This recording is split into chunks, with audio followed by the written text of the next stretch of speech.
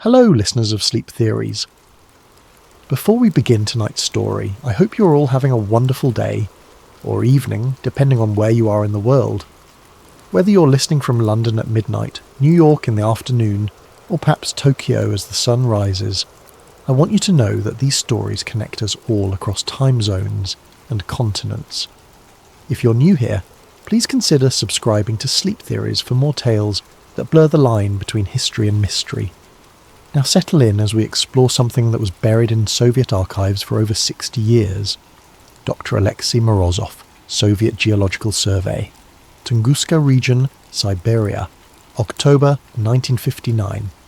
Classification: Sekretna, Secret. Declassified 2025. Entry 1, October 12, 1959. Audio quality: poor wind interference. This is Dr. Alexei Morozov, Soviet Geological Survey designation 4471. I am recording this for the scientific record, though I suspect it will never see the light of day. The date is October 12th, 1959. I'm approximately 40 kilometers southeast of the Tunguska impact site, and I fear we have made a terrible mistake in coming here. But let me start from the beginning. 3 weeks ago, I was summoned to Moscow by the Academy of Sciences, or so I thought. The meeting was held not in the familiar halls of the Academy, but in a nondescript building on Lubyanka Square. Even a geophysicist like myself knows what that means.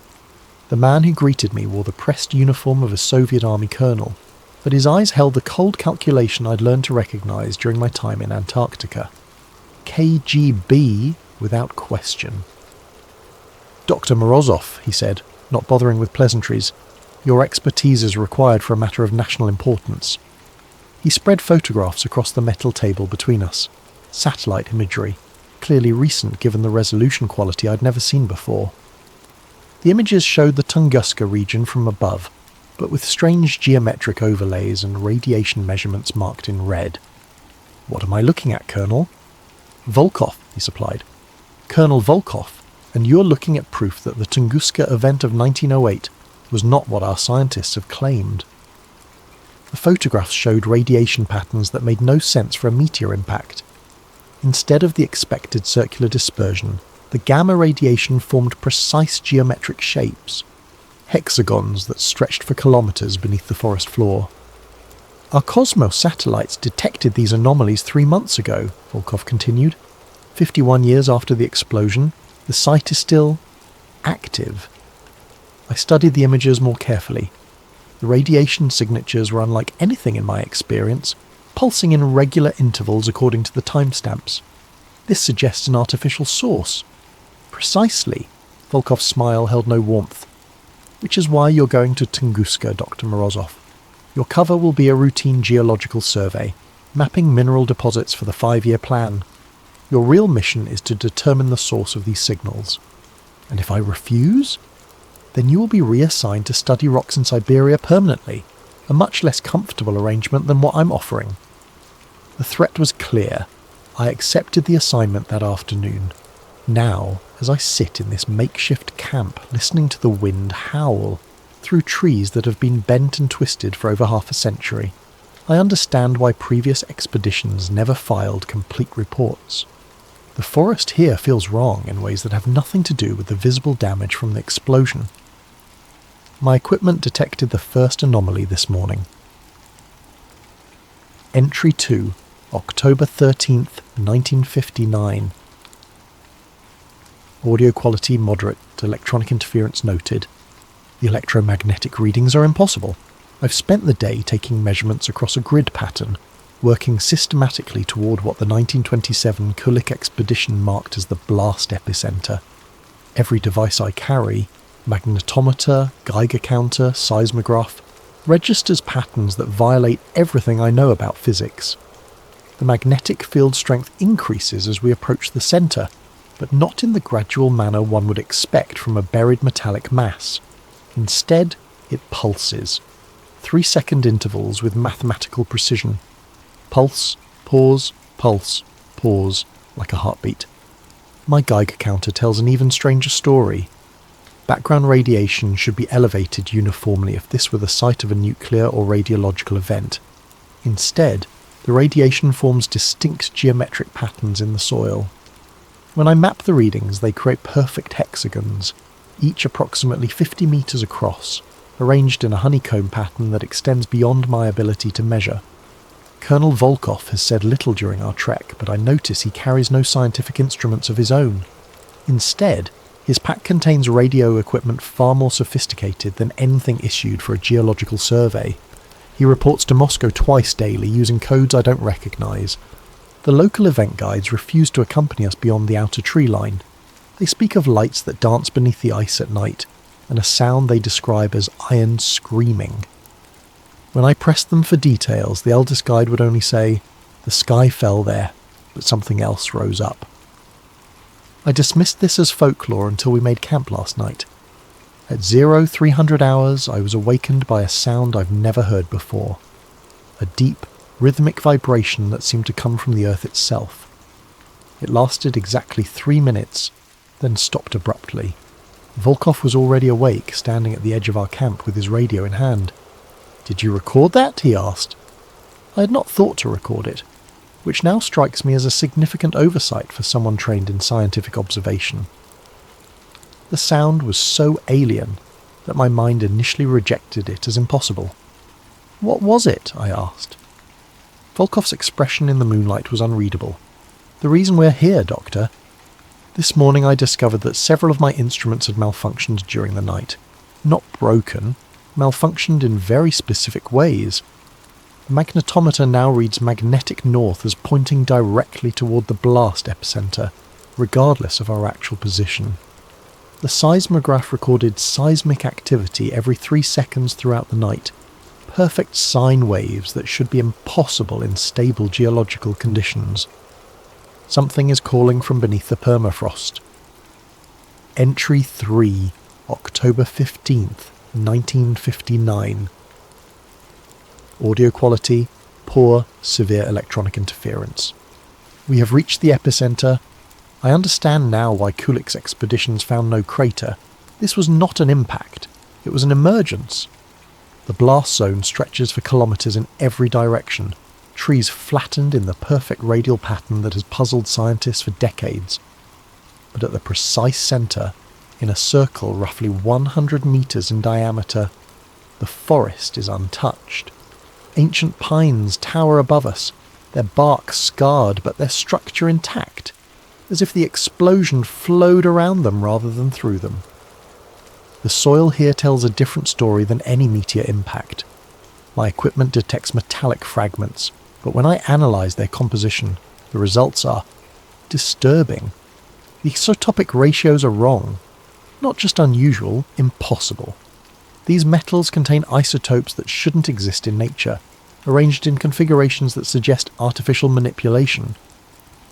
While taking samples this morning, my spade struck something hard beneath the permafrost. After an hour of careful excavation, I uncovered a shard of metal unlike anything I've encountered in 20 years of geological work. The fragment is approximately 15 centimetres long, smooth as glass, and perfectly black. It reflects no light, creating an absence in my vision that strains the eye to look upon. Most unsettling of all, it vibrates. A constant, barely perceptible vibration at exactly 3 Hz. The same interval as the magnetic pulses I've been recording. When I showed the fragment to Volkov, his reaction confirmed my growing suspicions about this expedition. "Where exactly did you find this?" he demanded, snatching the metal from my hands with gloved fingers. "Buried approximately 2 meters down, directly. You will note its location precisely and excavate no further in that area." He sealed the fragment in a lead-lined container I hadn't known he carried. "Your orders are to survey and report, not to collect specimens." "Colonel, this could be the key to understanding Dr. Morozov." His voice carried the quiet authority of a man accustomed to unquestioned obedience. "The last scientist who asked too many questions about what we found here is now buried under 2 meters of ice. I trust you understand my meaning." The threat was delivered so casually that it took a moment to register. Previous expeditions, previous scientists. How many teams had been sent to this place? That evening, while Volkov was occupied with his radio communications, I managed to take additional readings from the area where I'd found the fragment. The results make no sense according to any geological model I know. The metallic object appears to be part of a much larger structure buried beneath us. Ground-penetrating radar reveals a vast geometric form extending deep into the earth. Not randomly distributed metal deposits, but organised architecture. Hexagonal chambers connected by corridors, stretching down beyond the range of my equipment. Whatever lies beneath the Tunguska site is not natural. It's not human. And according to my radiocarbon dating of the surrounding soil samples, it's been here far longer than the 1908 explosion. The explosion didn't bring something to this place. It revealed something that was already here. Entry 4, October 17th, 1959. Audio quality, moderate, background humming noted. I have accessed Colonel Volkov's classified files. I know this was a breach of protocol that could cost me my life, but scientific curiosity has always been my weakness. While Volkov was conducting his evening radio check, I managed to photograph several documents from his secure case. What I discovered has rewritten my understanding of both this expedition and the Tunguska event itself. The files contain correspondence dating back to 1908, including telegrams between the American inventor Nikola Tesla and Arctic explorer Robert Peary. The telegrams discuss Tesla's experiments with wireless energy transmission from his Wardenclyffe facility on Long Island. According to the documents, Tesla was testing a revolutionary new technology, the ability to transmit electrical energy through the Earth's atmosphere to any point on the globe. His target for the initial test was the Arctic region, where Peary was conducting his polar expeditions. The most revealing telegram is dated June 28, 1908, 2 days before the Tunguska explosion. R. Peary, final test scheduled 0214 GMT June 30th. Expect atmospheric disturbance Arctic region. Exercise extreme caution. Energy disbursement may exceed calculations. Nikola Tesla. Peary's response dated July 2nd. Tesla. Your test successful beyond measure. Sky over Siberia lit like day. Effect visible from Greenland. Indigenous populations report ground shaking 800 miles from target zone. Whatever you activated, it responded. Recommend immediate cessation of experiments as R. Peary. But the most disturbing document is Tesla's private journal entry, included in the KGB files through means I cannot determine. The transmission was successful, but not in the manner intended. We have awakened something that was not meant to wake. The energy beam penetrated not just the atmosphere, but the ancient ice. What we interpreted as successful power transmission was in fact a response signal. We are not the first to wield such power.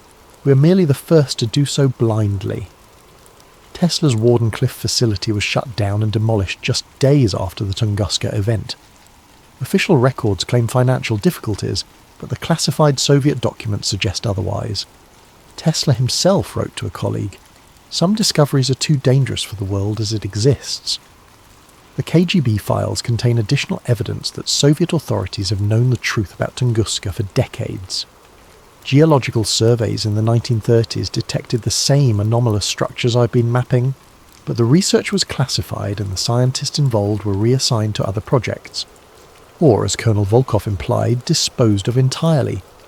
According to the files, at least 3 previous expeditions have been sent to investigate the Tunguska site since 1945. None filed complete reports. 2 teams vanished entirely. The 3rd team's leader, Dr. Yuri Petrov, was found frozen to death in his tent, his final notes describing hexagonal chambers that extend beyond measurement, and a sound like the earth itself breathing. The current expedition was authorized after satellite imagery revealed increased activity at the site. The geometric radiation patterns I've been studying have been growing stronger since 1957, suggesting that whatever lies beneath the permafrost is becoming more active. As I write this, I can hear that deep rhythmic vibration again. It begins every night at exactly 0300 hours and continues for precisely 3 minutes. But tonight, it's different. Stronger. and I swear I can detect patterns within the sound, mathematical sequences that suggest intelligence. Volkov has been monitoring my activities more closely since I questioned him about the metal fragment. I suspect he knows I've accessed his files. If something happens to me, I hope this journal will survive to tell the truth about what we found at Tunguska. The explosion in 1908 was not a meteor impact. It was not even Tesla's wireless energy transmission, though that may have been the trigger. It was something far older responding to our signals, something that has been waiting beneath the ice for millennia, and now we've woken it up. Entry 5, October 19th, 1959. Audio quality excellent, all interference ceased. The silence is worse than the sounds. For 3 days, the electromagnetic interference that has plagued our equipment has been growing stronger. Radio communications with Moscow became impossible. My instruments registered readings that exceeded their calibrated ranges.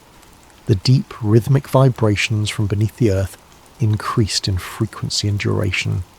Then, at dawn this morning, everything stopped. The sudden absence of electromagnetic activity is more unsettling than the anomalies themselves. It suggests that whatever has been transmitting from beneath the site has achieved its purpose. Volkov received new orders during the night via emergency radio protocol. We are to begin excavation immediately, using equipment that was airdropped to our location under cover of darkness. The machinery includes drilling apparatus far more sophisticated than anything required for a geological survey. "We're going down," Volkov informed me without preamble. "Moscow wants to know what's beneath us." "Colonel, I must advise against aggressive excavation. The structural integrity of whatever lies below is unknown. If we damage it..." "Dr. Morozov, you are here to provide scientific observation, not strategic planning. The decision has been made at the highest levels." The drilling began at 0800 hours. We penetrated the permafrost easily, but at a depth of 5 meters, the drill bit encountered something that sent vibrations through the entire operation. Not rock, not metal, but something that rang like a bell when struck. By midday, we had exposed the upper surface of a structure that defies geological explanation. The surface is composed of hexagonal plates, each roughly 2 meters across, fitted together with seamless precision. The material is unlike anything in my experience. Harder than steel, but with a crystalline structure that suggests organic growth rather than mechanical manufacture. The most disturbing discovery came when we cleared debris from one of the hexagonal plates. Beneath the ice and soil, the surface is not damaged or corroded despite its apparent age. Instead, it gleams as if newly made, with patterns of light that pulse through the material in the same 3-second intervals I've been recording. The structure is active. Alive, perhaps, though I hesitate to use that term for something clearly artificial. As we work to expose more of the surface, I noticed that my instruments were registering new types of activity. Electromagnetic pulses were emanating from the structure, but these were not random signals. They followed mathematical sequences, prime numbers, Fibonacci progressions, and other patterns that suggest deliberate communication. "It's trying to talk to us," I told Volkov during our afternoon break. His response chilled me. "No, Doctor, it's talking to something else. We're just listening in." That evening, while reviewing the day's data, I made a discovery that has shaken my understanding of human history. The electromagnetic patterns I've been recording match perfectly with radio signals detected by astronomers at the Jadrell Bank Observatory in England. The signals, dismissed by most scientists as background radiation, have been recorded intermittently since 1908. But the signals don't originate from space. They originate here, at Tunguska, and they're being transmitted outward at regular intervals. Whatever lies beneath us has been sending messages to space for over 50 years. Entry 6, October 21st, 1959. Audio quality poor, voice shows signs of extreme stress. We've broken through. After 2 days of careful excavation, we created an opening large enough to lower equipment into the structure below. The chamber we've accessed is vast, with walls that curve away into darkness beyond the range of our lights. The air inside is not stale as one would expect from a sealed underground space. Instead, it carries a metallic taste and a barely perceptible electric charge that makes the hair on my arm stand upright. Most unsettling of all, the air is warm, several degrees above freezing despite the permafrost that has covered this place for millennia. The chamber walls are covered in the same hexagonal plating we discovered on the surface, but here the patterns of light are more complex. Entire sections pulse in synchronized sequences, creating cascades of illumination that travel around the perimeter like waves. I descended into the chamber using mountaineering equipment, against Volkov's direct orders. The colonel wanted to wait for specialized personnel from Moscow, but scientific curiosity overcame caution. What I found below has convinced me that we are dealing with something far beyond human understanding. The chamber is not empty. It contains machinery, though that term is inadequate to describe what I observed. Geometric structures rise from the floor like crystalline trees, their surfaces covered in components that shift and reconfigure as I watched. The machinery, if it can be called that, appears to be self-repairing, self-modifying. At the centre of the chamber stands a pillar roughly 3 meters in height, composed of the same dark material as the fragment I discovered earlier. But this pillar is not inert. It pulses with internal light, and as I approached I could feel vibrations in my bones that matched the 3 Hz frequency I've been recording. When I placed my hand on the pillar's surface, the entire chamber responded. Lights flashed in sequence around the walls, the machinery hummed to life, and I felt a sensation I can only describe as contact. Not physical contact, but something deeper. For a moment I sensed vast intelligence, ancient beyond measure, awakening from long dormancy. And I understood with terrifying clarity what Tesla had done in 1908. His wireless energy transmission had not simply sent power through the atmosphere. It had followed a path of least resistance, drilling through the Earth's magnetic field and striking this buried structure with precisely the frequency needed to activate its dormant systems. The Tunguska explosion was not caused by Tesla's energy beam. It was caused by this ancient machinery starting up after eons of silence, venting excess energy in the only direction available, upward, through the overlying rock and permafrost, creating the devastating blast that flattened the forest above. When I climbed back to the surface, I found Volkov in animated radio communication with Moscow. From what I could hear of his side of the conversation, our discovery has caused considerable alarm at the highest levels of government. Yes, sir, it appears to be functional, he was saying. No, sir, we don't understand its purpose. What do you mean, similar structures? Similar structures. The phrase hit me like a physical blow. How many of these installations exist? How long have they been buried beneath the Earth's surface?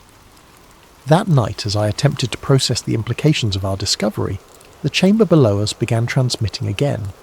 But this time, the signals were different. Instead of the regular pulses I'd been recording, the electromagnetic emissions formed complex patterns that my equipment interpreted as modulated communications. The ancient machinery was not just awakening, it was calling home. Entry 7, October 23rd, 1959. Audio quality, good, voice controlled but tense. They're coming for me. Colonel Volkov received orders this morning to terminate the expedition and return to Moscow immediately. But first he informed me, all physical evidence must be secured and all personnel debriefed according to special protocols. I know what special protocols means in KGB parlance. The equipment we brought to the site has been supplemented by specialized gear that arrived with a new team of personnel during the night. These men wear no insignia and speak with accents I cannot place. They brought with them instruments I don't recognize and chemicals whose purpose I can only guess. Dr. Morozov, Volkov informed me over breakfast. Your valuable contribution to this expedition will be properly recognized in our final report. However, the sensitive nature of our discoveries requires that certain security measures be implemented.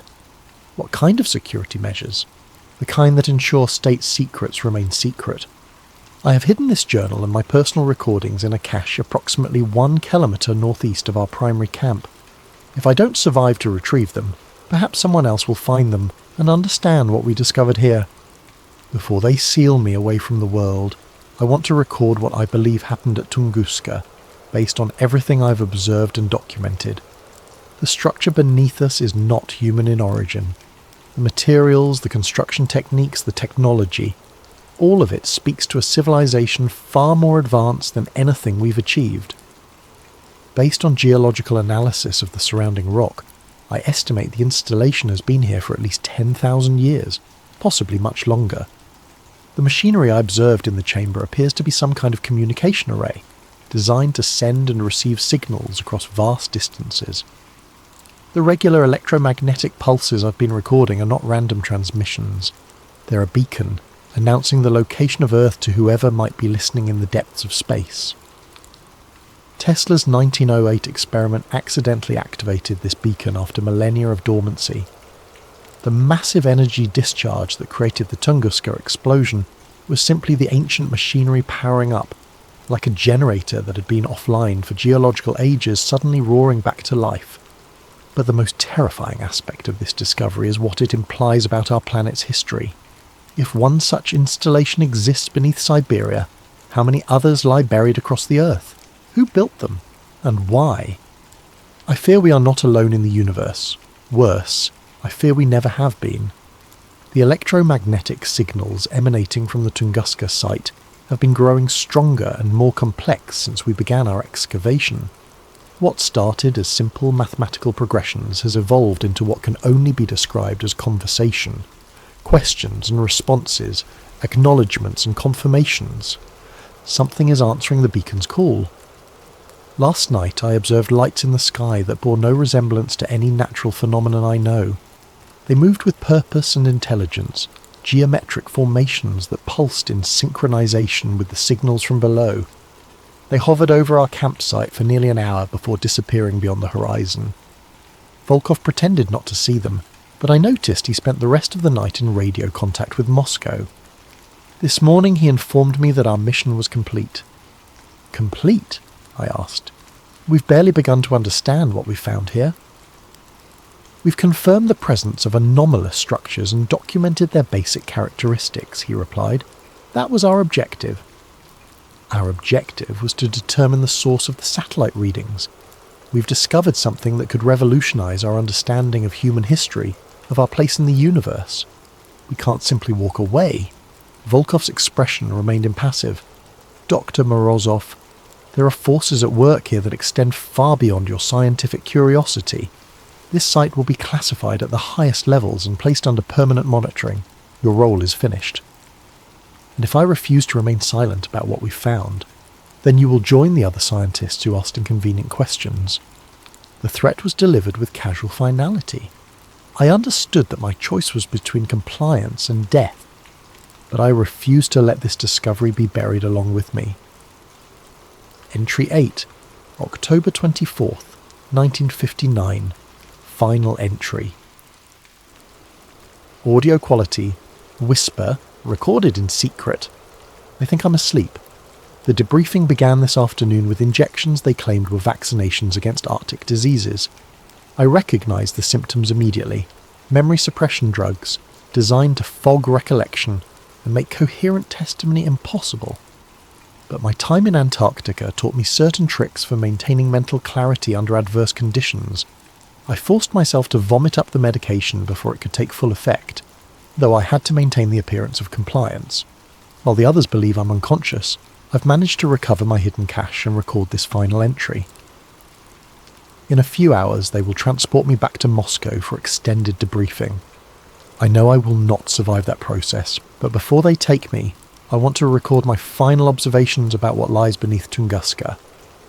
The installation is not just a communication array, it's part of a network. During my last descent into the chamber, I discovered additional passages leading deeper into the structure.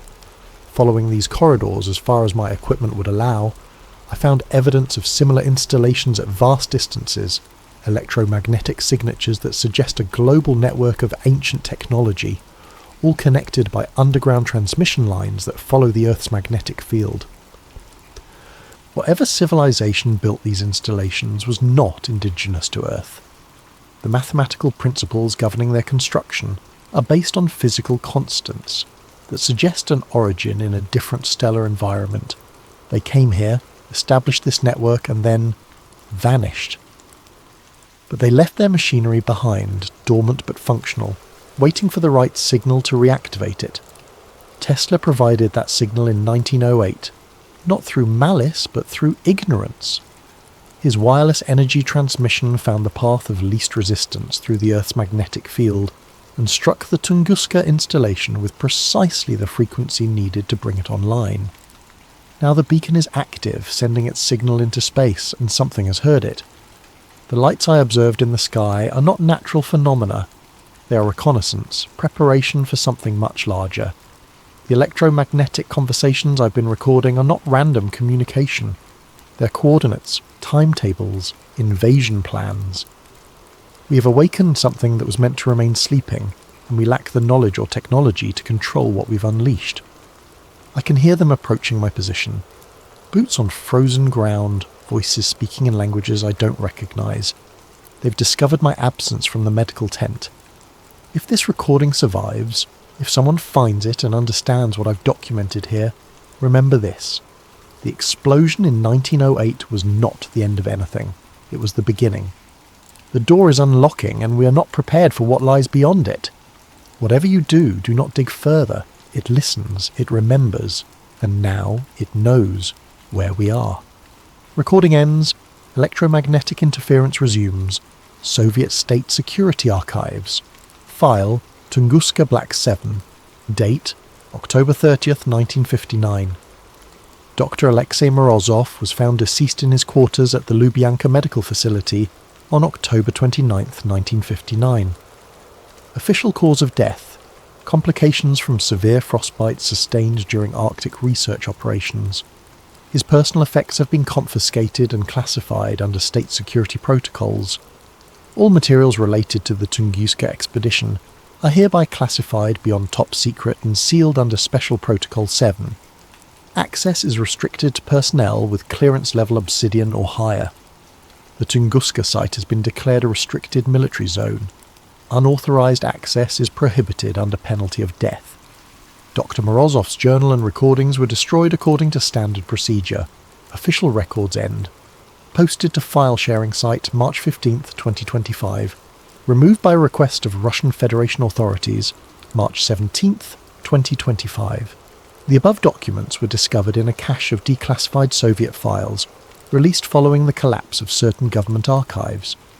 Authentication is ongoing, but preliminary analysis suggests genuineness.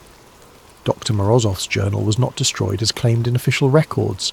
It was hidden, preserved in the permafrost, waiting to be found. Satellite imagery from 2024 shows renewed activity at the Tunguska site. Electromagnetic anomalies detected by multiple international monitoring stations. Construction of unknown purpose observed at the coordinates Morozov identified. The lights have returned to the Siberian sky. Whatever Tesla awakened in 1908 was only the beginning. The door is not just unlocking, and it's opening.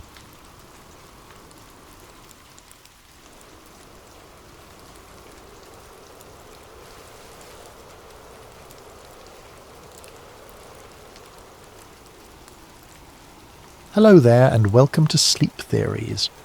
Before we dive into tonight's tale, I hope your day has been treating you well. Whether it's early morning where you are, late evening, or somewhere in between, whatever time zone you're calling home, I'm grateful you've chosen to spend this time with us. If you're new here, make sure to subscribe to Sleep Theories for more stories that will keep you questioning the world around you long after the lights go out. Now, settle in as we explore a story that might feel a little too close to reality. My name is Cal Monroe, and I used to believe in coincidences. That was before Theo jumped off the Memorial Bridge, before the USB drive arrived in my mailbox, and before I learned that some conspiracies aren't theories, they're just well-kept secrets. It was a Tuesday morning in November when I got the call. Detective Sarah Chen's voice was flat, professional, the way cops sound when they're tired of delivering bad news. Cal, this is Detective Chen, Metro PD. I'm calling about Theodore Ramirez. I understand you two are friends? The past tense hit me like ice water. Were? What do you mean were? Mr. Ramirez jumped from the Memorial Bridge last night around 11:30 p.m. I'm sorry for your loss. I sat there in my cramped DC apartment, staring at my laptop screen where I'd been working on an article about facial recognition software in public schools. The cursor blinked at me like a heartbeat. "That's impossible," I said. "Theo wouldn't. He just wouldn't. I know this is difficult, but no, you don't understand. Theo was getting married next month. He was excited about it. We had drinks 3 weeks ago and he was talking about honeymoon plans, about kids, about everything. People don't just... Mr. Monroe, I've been doing this for 15 years. Sometimes people hide their pain better than we think. But I knew Theo. We'd been roommates at Georgetown, both journalism majors before he switched to computer science. He was the most methodical person I'd ever met. The kind of guy who researched restaurants for 2 hours before picking where to eat lunch. He didn't make impulsive decisions, especially not permanent ones. After I hung up, I sat in the silence of my apartment, trying to process what I'd heard. That's when I noticed the small package on my kitchen counter, something I'd grabbed from my mailbox the night before and forgotten about in my rush to meet a deadline. The return address made my hands shake. T. Ramirez. Inside was a USB drive and a handwritten note. "Cal, if you're reading this, they got to me. Don't trust anyone. Don't use your regular computer. Find somewhere safe and look at everything. The program never ended." T. The drive was labelled with a single word in Theo's careful handwriting. E-C-H-O.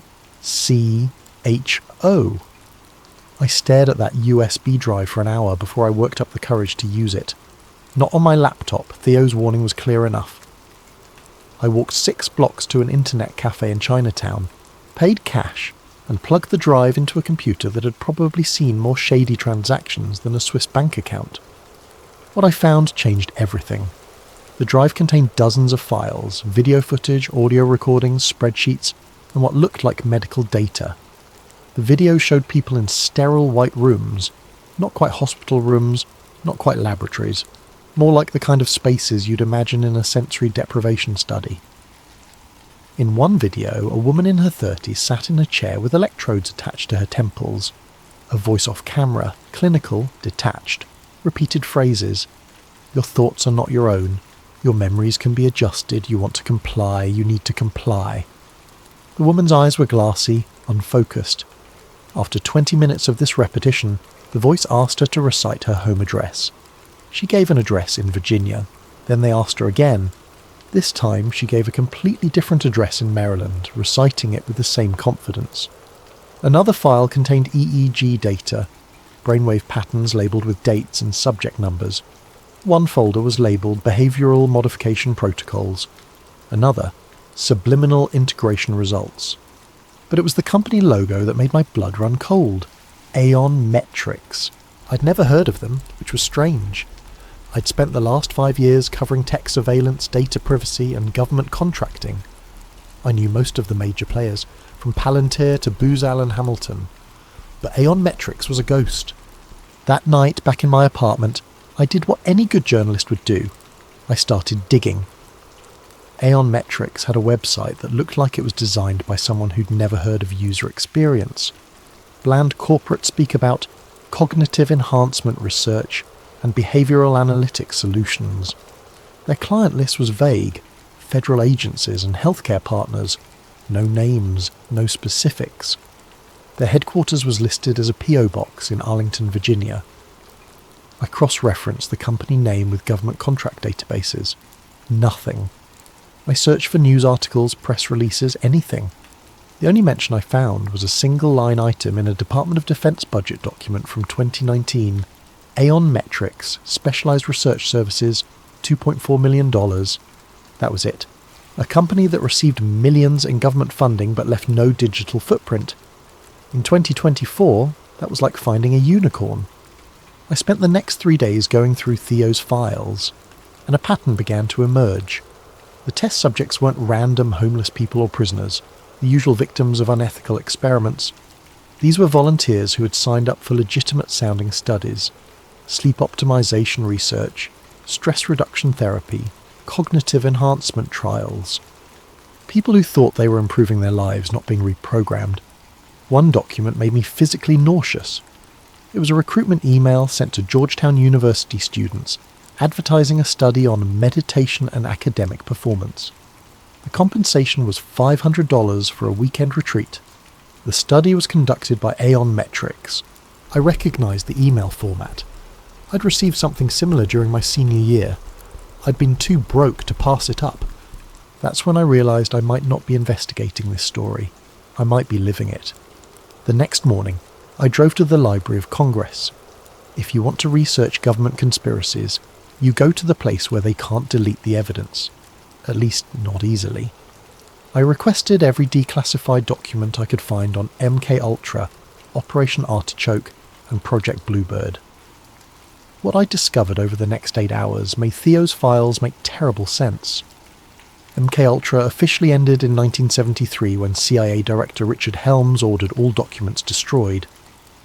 But here's what most people don't know. It didn't actually end. It evolved. The original program used LSD, hypnosis, and brutal psychological torture to break down human personality and rebuild it. The goal was to create perfectly controllable human assets, spies who could be programmed and deployed without even knowing they were working for the agency. But the methods were crude, obvious, and left too many witnesses. The scientists involved were sloppy, keeping detailed records that eventually leaked.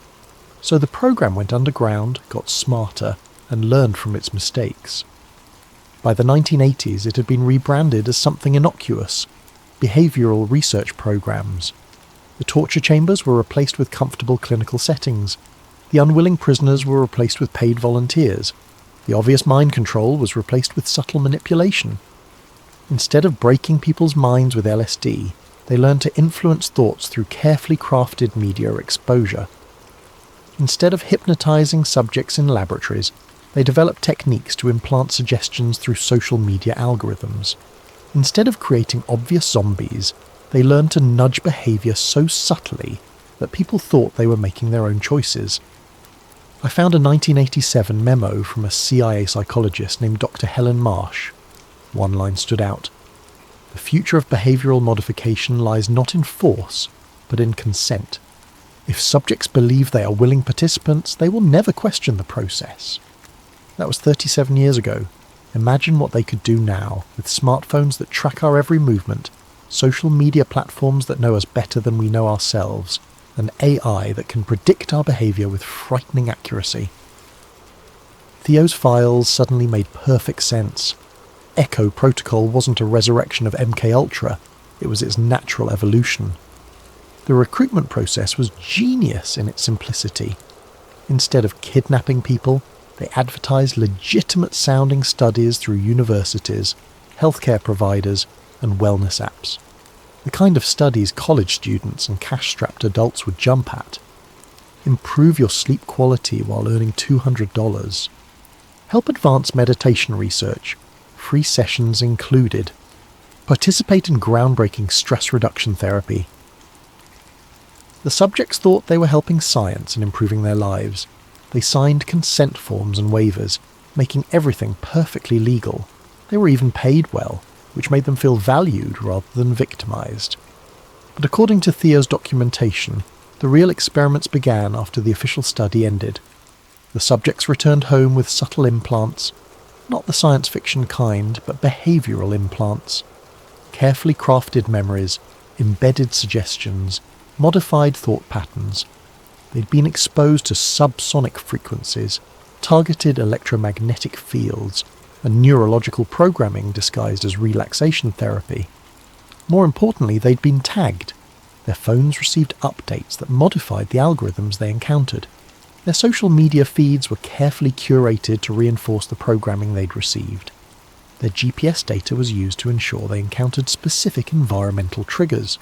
Billboards, sounds, even scents that would activate their conditioning.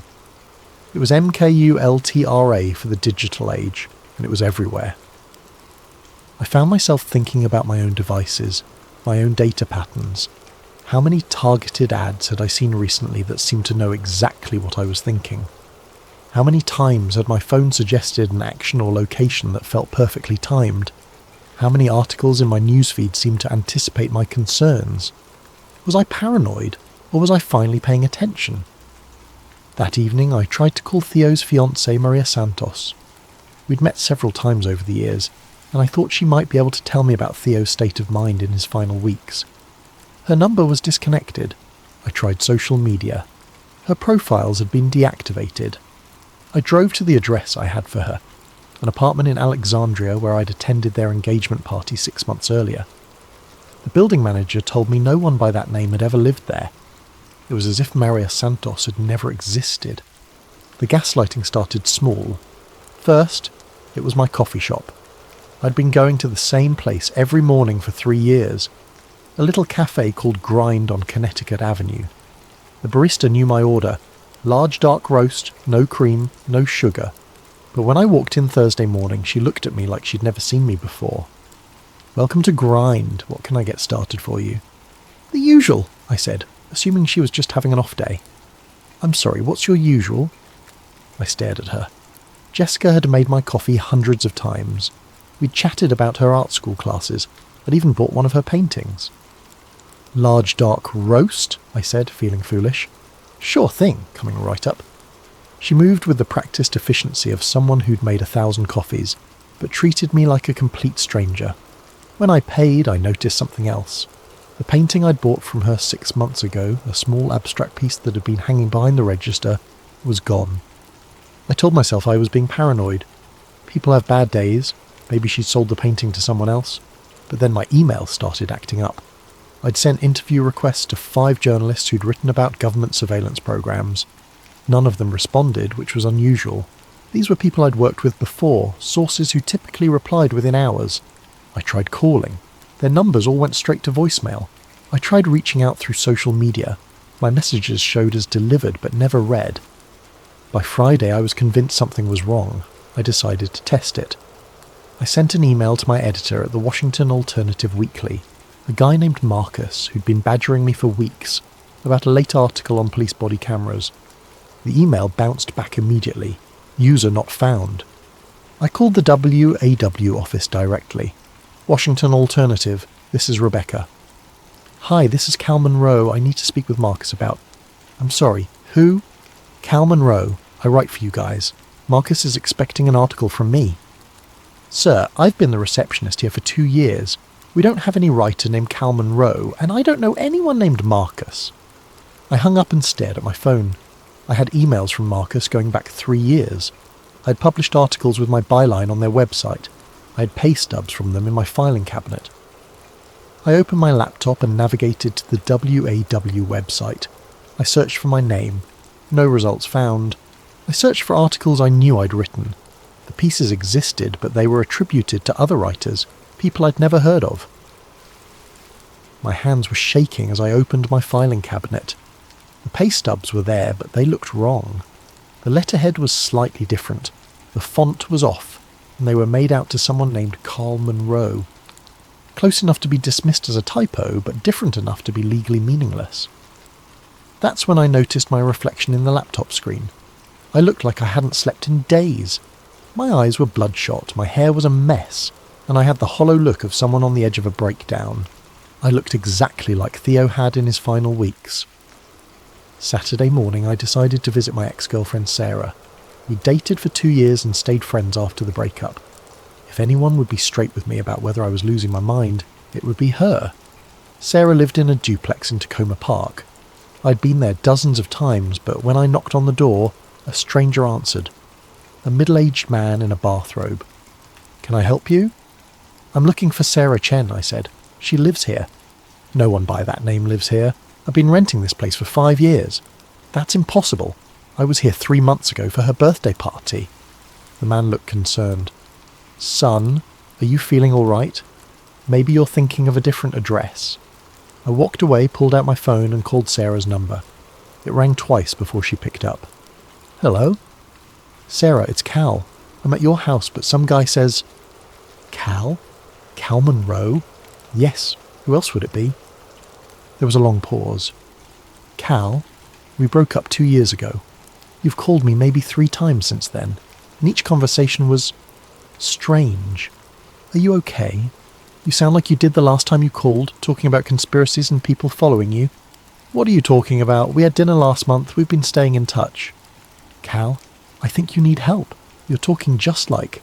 She stopped. Like what? Like Theo did, before he killed himself. The paranoia, the confusion about basic facts. He called me too, near the end, asking about things that never happened. The line went dead. I stood on the sidewalk for 20 minutes trying to make sense of what was happening. Either everyone I knew was lying to me, or I was having some kind of psychotic break. But there was a third option, one that terrified me more than madness. I was right, and they were already in my head. That night I found a note slipped under my apartment door. It was written on plain white paper in block letters. Your memory is next. Leave now. I packed a bag and drove to a motel in Baltimore, paying cash and using a fake name. I needed time to think, time to plan, and most importantly, time to figure out how to prove I wasn't crazy. Because if I was right about Echo Protocol, then my mind was already compromised. They were just calibrating how much to take. The Aeon Metric Sleep Clinic was located in a generic office park in Herndon, Virginia. From the outside, it looked like any other medical facility. Clean, professional, boring. The kind of place you'd trust with your health. I'd found the address in Theo's files, cross-referenced with online reviews. People praised their cutting-edge sleep studies and life-changing therapy sessions.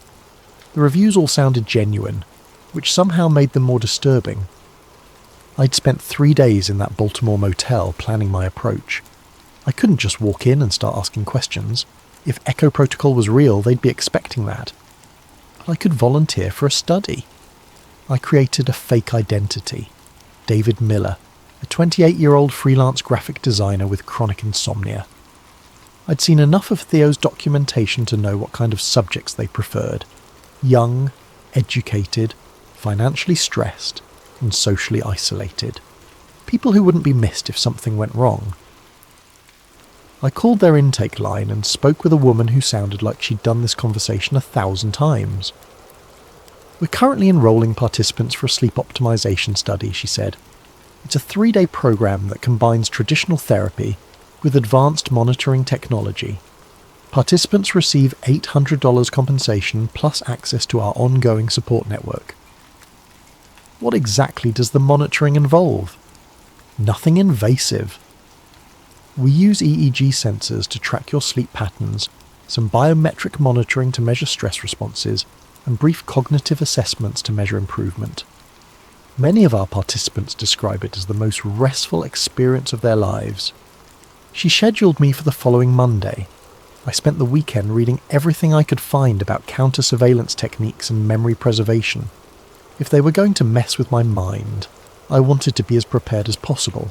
I wrote down everything I knew about myself, my real name, my address, my work history, my relationships, and hid copies in multiple locations. I recorded a video message to myself, explaining what I was doing and why, and uploaded it to a secure server with instructions to email it to me if I didn't check in within a week. Monday morning, I drove to the clinic feeling like I was voluntarily walking into a trap. The facility was more luxurious than I expected. The waiting room looked like an upscale spa with soft lighting, comfortable furniture, and the kind of new age music that's supposed to be calming, but always makes me nervous. The receptionist was friendly, professional, and gave no indication that she was part of a mind control operation. Maybe I really was paranoid. Dr. Elizabeth Harding introduced herself as the lead researcher. She was in her 40s, with the kind of confident manner that made you trust her immediately. She explained the study protocol while I filled out forms that asked detailed questions about my lifestyle, relationships, and psychological history. We found that sleep disorders are often connected to deeper patterns of thought and behaviour, she said. Our approach combines sleep monitoring with cognitive restructuring techniques. Think of it as upgrading your mental software. The phrase made my skin crawl, but I smiled and nodded. They set me up in a private room that looked more like a high-end hotel suite than a medical facility. The bed was comfortable, the lighting was adjustable, and there was even a small kitchenette stocked with healthy snacks. The only obviously medical equipment was a chair with built-in sensors and a wall-mounted monitor that they said would track my biometric responses during relaxation exercises. "Just get comfortable," said the technician, a young man who introduced himself as Kevin. "We'll start with some baseline measurements, then move into the therapeutic portion." He attached electrodes to my temples and chest. Standard EEG and heart rate monitoring, nothing sinister.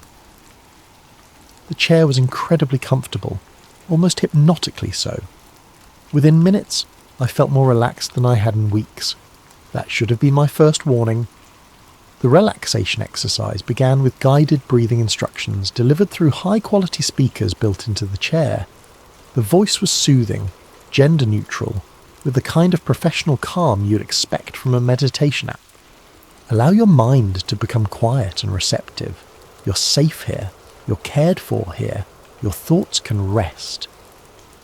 After about 20 minutes, the instructions became more specific. Notice how easily your mind accepts new information when you are relaxed. Notice how comfortable it feels to let go of old patterns that no longer serve you. The room's lighting shifted to a deep blue, and I realised there were almost subliminal images being projected on the walls, geometric patterns that seemed to pulse in rhythm with my heartbeat. Your memories are fluid.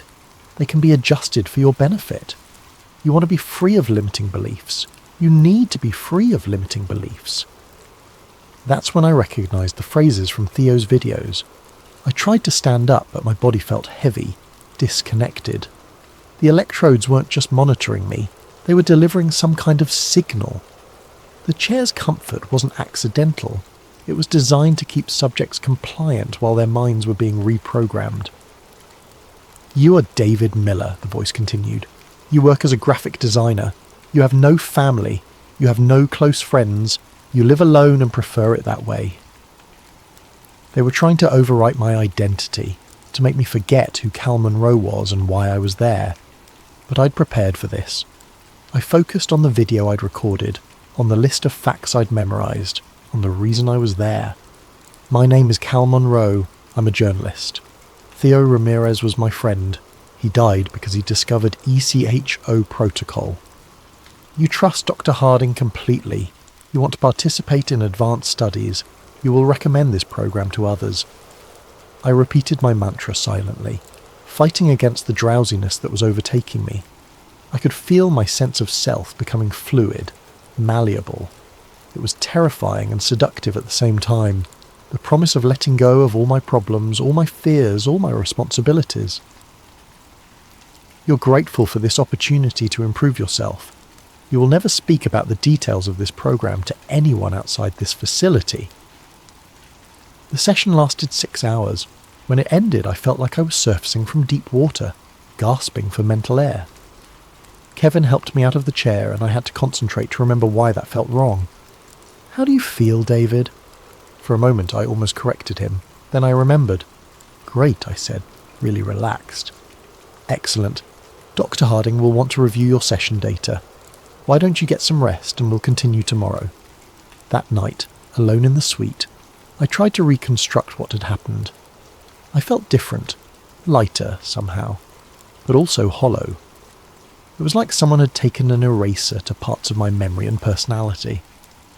I remembered recording a video message, but I couldn't remember what it said.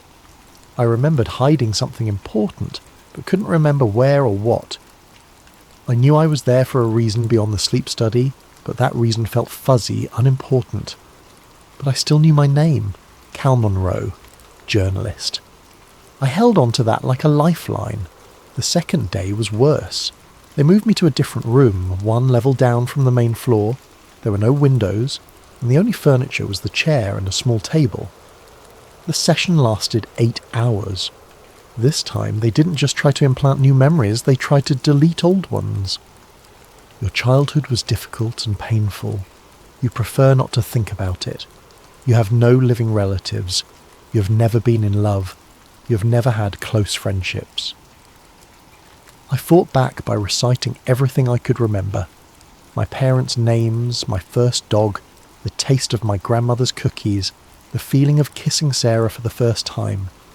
But with each session, these memories became fainter, more like stories I'd heard rather than experiences I'd lived. On the third day, they took me to the basement level. The room was stark white, with no decoration except a single chair in the centre. But it wasn't empty. There were other people there, subjects from previous studies, I realised. They sat motionless, staring at nothing. responding only when spoken to directly. One of them was a woman in her 30s with short brown hair. When Dr. Harding introduced us, she looked at me with vacant eyes and said, "Hello, David. It's nice to meet you." Nothing unusual about that, except for one thing. She used my full name, including my middle initial. "Hello, David C. Miller." My fake identity didn't have a middle initial. I'd never mentioned one. But somehow she knew it should be there. More disturbing, my real middle name is Christopher. C. "How do you know my middle initial?" I asked her.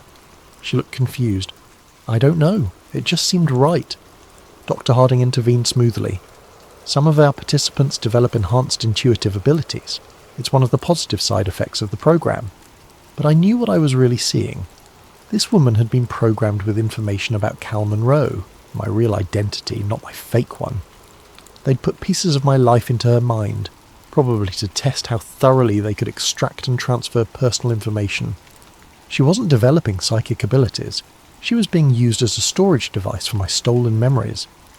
That night I knew I had to escape. They were going to erase Cal Monroe completely and leave behind David Miller, a friendless, rootless graphic designer with no past and no questions. But first, I needed proof. I waited until 3 a.m, then used a maintenance keycard I'd stolen from a janitor's cart to access the lower levels. The basement was larger than I'd expected, with dozens of rooms containing monitoring equipment and what looked like server farms. I found the room where they stored session recordings, thousands of hours of footage showing people being systematically reprogrammed. I copied everything I could onto a drive I'd hidden in my shoe. But the most damning evidence was in the office files. Echo Protocol wasn't just about individual mind control. It was about social engineering on a massive scale. They were creating networks of modified individuals who would unconsciously influence others. A person programmed with specific beliefs would spread those beliefs to family, friends and co-workers without realizing they were doing it. The modified subjects became unwitting agents, seeding new ideas and behaviours throughout the population. It was social control through viral programming, and it was working. I found files on thousands of subjects going back years. Many were in positions of influence: teachers, journalists, social workers, community leaders. Others were simply well-connected individuals whose social circles made them valuable vectors for spreading programmed behaviours. They weren't just changing individual minds, they were changing society itself, one modified person at a time. I was photographing the last set of files when the lights came on. "Hello, Cal." Dr. Harding stood in the doorway with 2 security guards. She was still calm, still professional, but now her smile looked predatory. "I was wondering when you'd stop pretending to be David Miller. We've known who you are since you walked in. Did you really think we wouldn't recognize Theodore Ramirez's friend?" The guards grabbed my arms, but Dr. Harding waved them back. "No need for force. Cal is going to cooperate, aren't you? Because we have something you want to see." She led me to another room, where a familiar figure sat in one of the white chairs staring at nothing. "Theo?" My friend looked up at me with empty eyes. "Hello," he said politely. "I don't believe we've met." "Theo, it's me. It's Cal." "I'm sorry, but I think you have me confused with someone else. My name is Thomas. I don't know anyone named Theo." Dr. Harding smiled. Theodore Ramirez did jump from that bridge in a way, but we'd been working with him for months before that. The person who died was just a shell. We'd already extracted everything useful from his personality. The real Theo is right here, serving as a valuable test subject for memory transfer protocols. I stared at my friend, or whatever was left of him. They hadn't just killed Theo, they'd hollowed him out and kept the shell alive for experimentation. "We're going to offer you the same opportunity, Doctor," Harding continued. "You can resist, and we'll simply take what we need by force, or you can cooperate and we'll ensure the process is as comfortable as possible. Either way, Cal Monroe is going to disappear. The only question is how much of him we preserve for research purposes." They sedated me then, and I woke up 36 hours later in my own apartment. Everything was exactly as I'd left it, except for small details that made my skin crawl. My coffee mug was on the wrong side of the sink. My laptop was closed, though I always left it open. My bed was made, but with hospital corners, I'd never learned to make a bed that way. Most disturbing of all, I couldn't remember how I'd gotten home. I still had the drive with the evidence from Aeon Metrics hidden in a place I'd prepared before going undercover. For a moment I thought I'd won, that I'd gotten proof of Echo Protocol and could expose the whole operation. I was wrong. When I tried to access the files, half of them were corrupted. The video footage was garbled, the audio was inaudible, and the documents were filled with random characters. It was as if the data had been degraded from the inside. But I still had enough to tell the story. I spent 18 hours writing the most important article of my career, documenting everything I'd discovered about Echo Protocol, Aeon Metrics, and the modern evolution of MKUltra. I uploaded it to WikiLeaks, sent copies to major news outlets, and posted it on every social media platform I could access. Within minutes, everything disappeared. The WikiLeaks submission was rejected for insufficient verification. My emails to journalists bounced back as undeliverable. My social media posts were flagged as misinformation and removed automatically. I tried uploading the article to my own blog. The hosting service suspended my account for terms of service violations. I tried creating new accounts with different platforms. Each one was suspended within hours. It was as if the internet itself was rejecting my story. Desperate, I tried a different approach. I'd built a small following on Reddit by posting about surveillance technology and digital privacy. I created a detailed post about Echo Protocol on r/conspiracy, hoping to reach people who were already skeptical of government programs. The post went live, got a few upvotes, then vanished. When I checked my account, it showed the post had been removed for doxing, even though I hadn't mentioned any real names or addresses. But that wasn't the worst part. When I checked the subreddit an hour later, I found dozens of posts about Echo Protocol, but they were all obvious disinformation. Poorly written stories claiming Echo was actually a secret program to give people telepathic powers. Memes suggesting the whole thing was a hoax created by foreign agents. AI-generated posts that mixed real details from my research with absurd science fiction elements. They hadn't just suppressed my story, they'd buried it under an avalanche of ridiculous fake versions. Anyone who tried to research ECHO protocol would find so much contradictory nonsense that the truth would be impossible to distinguish. It was the perfect modern cover-up, not censorship, but noise. I tried calling reporters I'd worked with, but got the same response I'd received when I first started investigating. Numbers disconnected, emails bouncing back, people who claim not to know me. My bank account was frozen for suspicious activity. My credit cards were cancelled. My apartment lease was terminated for breach of contract. Even my driver's license was suspended for unpaid tickets I'd never received. Cal Monroe was being systematically erased from the system. But I still existed, at least for now. I still had my memories, my personality, my sense of self. They hadn't finished the job yet. That gave me hope, until I realised why they were taking their time. I was a field test. They wanted to see how completely they could destroy someone's life using nothing but digital manipulation and social engineering. They were documenting every step of my breakdown, measuring how long it took for isolation and gaslighting to drive someone insane. I was just another subject in their experiment. 3 weeks after my attempted expose, I was living in my car, sleeping in parking lots, and buying food with cash I'd managed to withdraw before my accounts were frozen. I looked like any other homeless person, dirty, paranoid, talking to myself. The perfect disguise for someone who'd discovered the truth about mind control in America. That's when I started noticing the ads. At first, they seemed like coincidences. A billboard for sleep therapy that used phrases I'd heard at Aeon Metrics. A radio commercial for stress relief that echoed the programming sessions I'd experienced. TV ads that seemed to anticipate exactly what I was thinking.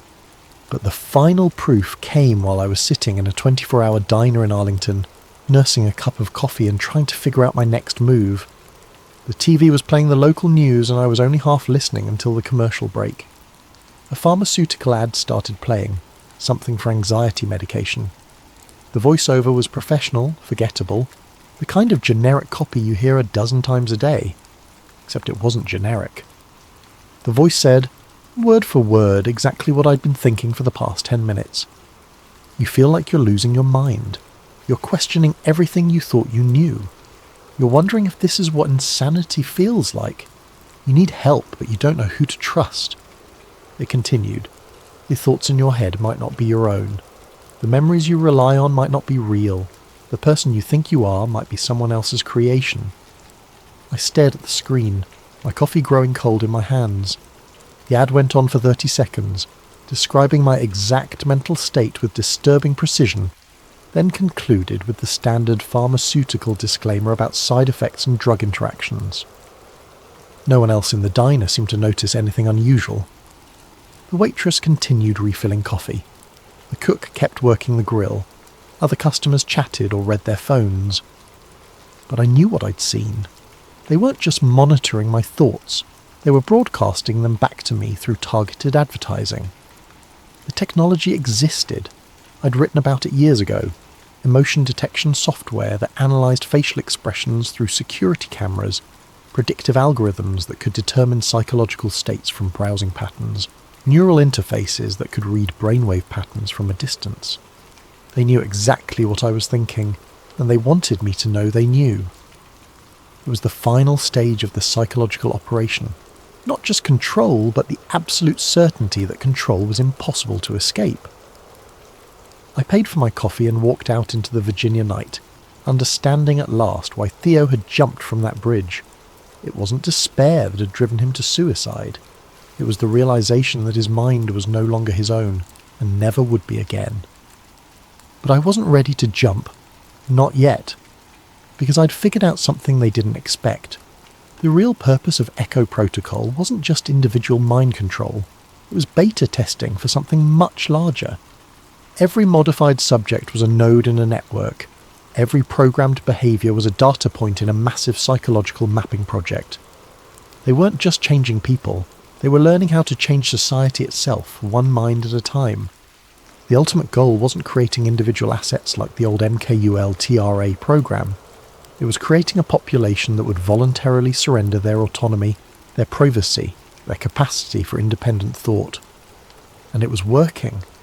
I thought about all the people I'd seen walking around like zombies, staring at their phones, consuming whatever content the algorithms fed them, believing whatever their social media feeds told them to believe. How many of them had been through programs like ECHO? How many were unwitting carriers of programmed behaviours? How many of them were still human in any meaningful sense? The scariest part wasn't that the technology existed, it was how willingly people accepted it. They traded their mental freedom for convenience, their privacy for entertainment, their autonomy for the illusion of connection. They weren't victims of a conspiracy, they were customers. That night I made a decision. I couldn't expose ECHO protocol through traditional journalism. They'd proved that was impossible. But I could do something else. I could become living proof of what they were doing. I started documenting everything. The targeted ads, the environmental triggers, the social manipulation, the systematic isolation.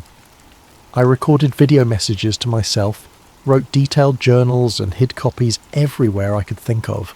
Not to expose them, that was impossible, but to leave a record for whoever came next. Because there would be others, other journalists, other investigators, other people who stumbled across the truth and found themselves targeted by Echo Protocol. Maybe one of them would be smarter than me. Maybe one of them would find a way to fight back that I couldn't imagine. Or maybe they'd just end up like me, homeless, paranoid, talking to themselves in parking lots, while the world continued its sleepwalk toward voluntary servitude. 3 months later, I was sitting in another diner, in another city, when I saw the news report. Local journalist Cal Monroe was found dead in his vehicle early this morning, apparently from a self-inflicted gunshot wound. Monroe had reportedly been struggling with mental health issues following the suicide of a close friend earlier this year. He leaves behind no immediate family. I watched my own obituary on the television screen, feeling strangely detached. The photo they used was from my old press credentials. I looked younger, healthier, more hopeful, like someone who still believed in the possibility of truth. The reporter mentioned that I'd been working on a story about government surveillance before my breakdown, but that the work had been discredited as the product of paranoid delusions. They killed Cal Monroe without firing a shot, but I was still alive, at least in some sense. I had no identity, no connections, no official existence, but I was still breathing, still thinking, still remembering. For now. I finished my coffee and walked out into the morning sun, another homeless crazy person with stories no one would believe. In my pocket was a small notebook where I'd written everything I could remember about being Cal Monroe. Tonight, I'd add another entry. Tomorrow I'd probably forget to. But for this moment I still knew who I was and what I'd discovered.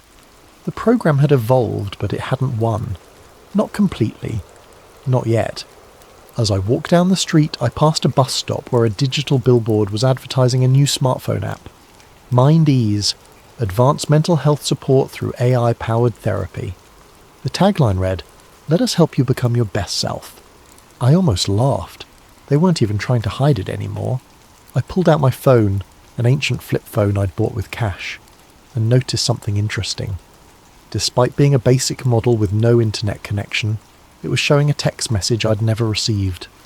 Your thoughts are not your own. Your memories can be adjusted. You want to comply. You need to comply. The same phrases from the Aeon-metric sessions. I looked around the busy street at all the people walking past with their heads down, staring at their screens, oblivious to everything around them. How many of them were seeing the same message? How many would comply without even realizing they were being programmed? The future wasn't some dystopian science fiction scenario where jackbooted thugs dragged people away for reprogramming. It was much more elegant than that. The future was a world where people begged to be controlled, paid for the privilege, and thanked their controllers for the service. And according to my phone, that future was now. I dropped the device in a trash can and kept walking.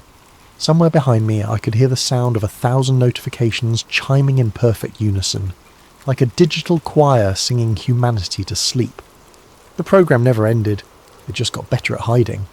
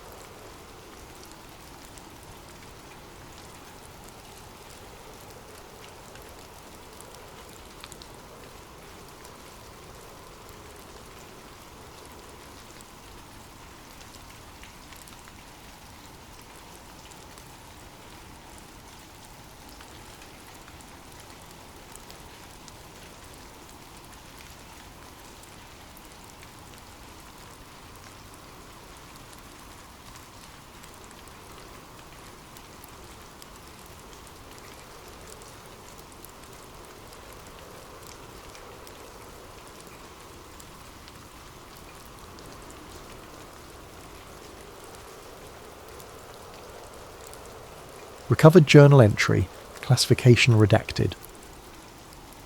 Subject, Eli Granger, independent journalist. Date range, July 15th to 18th, 2023. Location, Bohemian Grove, Monte Rio, California. The following document was recovered from an encrypted server farm in Iceland. The journalist's current whereabouts remain unknown. Ed. My name is Eli Granger, and I'm writing this because I may not live long enough to tell it in person. What I witnessed in the redwoods of Northern California will haunt me until my dying day, whenever that may come. It started 3 weeks ago with an email that shouldn't have existed. I was in my cramped Oakland apartment, nursing my third cup of coffee, and scrolling through encrypted channels where whistleblowers sometimes surface. My secure inbox pinged. A message from an address that was just a string of numbers and letters, routed through 7 different proxy servers. No subject line, just an attachment and 4 lines of text. You want truth? Go to the redwoods. Bring a black suit and a quiet soul. July 15th to 18th. The fire reveals all. The attachment was a high-resolution scan of what appeared to be a guest registry for the Bohemian Grove. That mysterious all-male retreat where the world's most powerful men allegedly gather each summer to commune with nature. I'd written about the Grove before, relying on second-hand accounts and leaked photographs from the 1980s, but this was different. The names on the list made my blood run cold. Former presidents, current senators, military contractors whose companies I'd been investigating for years, CEOs of tech giants, pharmaceutical corporations, defense contractors, media moguls who controlled the narrative of entire nations, all scheduled to attend something called the Midsummer Encampment. At the bottom of the scan was a forged access pass with my photograph, a professional headshot I'd never sent to anyone, digitally altered to show me in a black suit and tie. The name read Edmund Gray, Logistics Consultant, Prometheus Industries.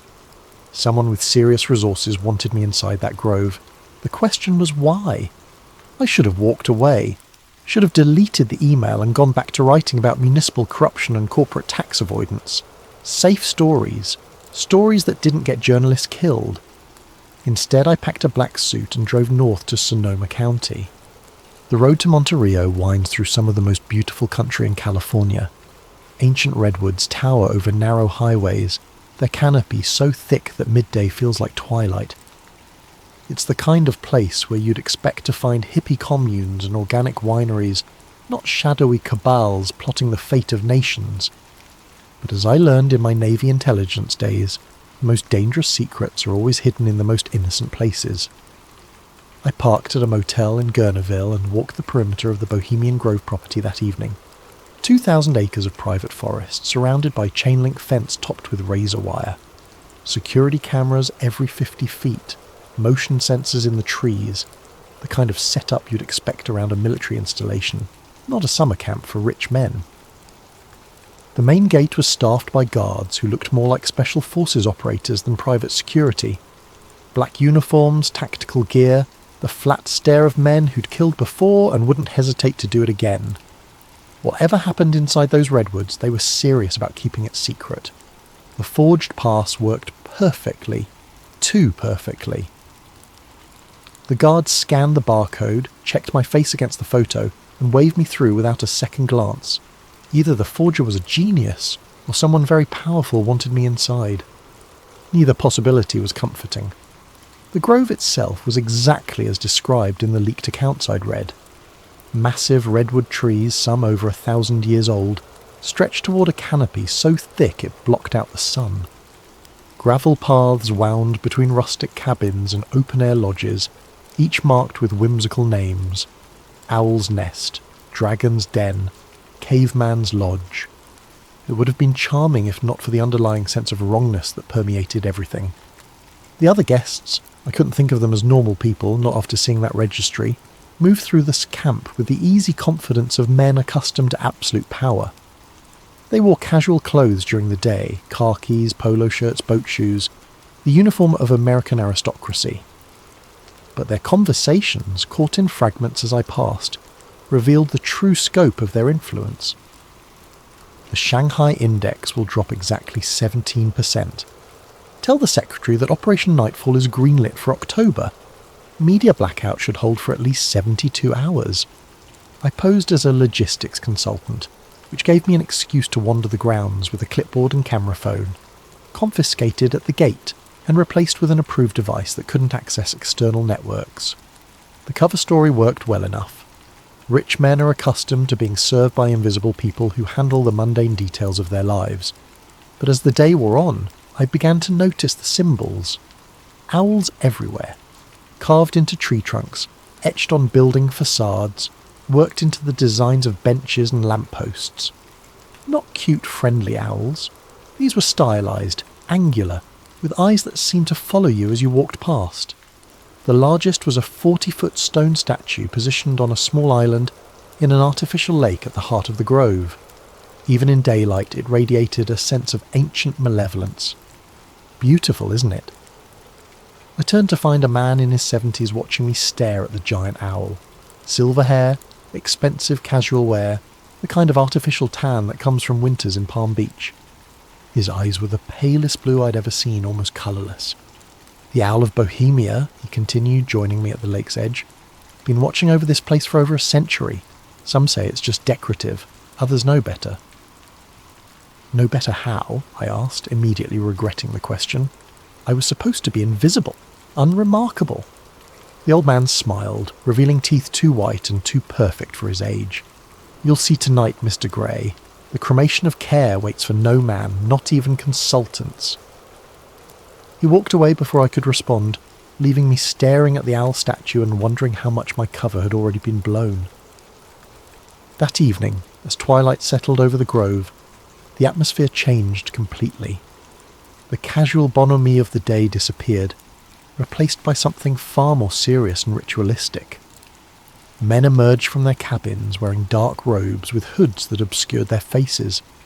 Some carried torches, others strange ceremonial objects I couldn't identify. I found a dark robe hanging in my assigned cabin, along with a note. "Attendance is mandatory. Silence is sacred. The owl sees all." What I witnessed that night will stay with me forever. As darkness fell, hundreds of robed figures processed through the forest paths, converging on the lake where the great owl statue loomed. Torches flickered between the trees like malevolent fireflies.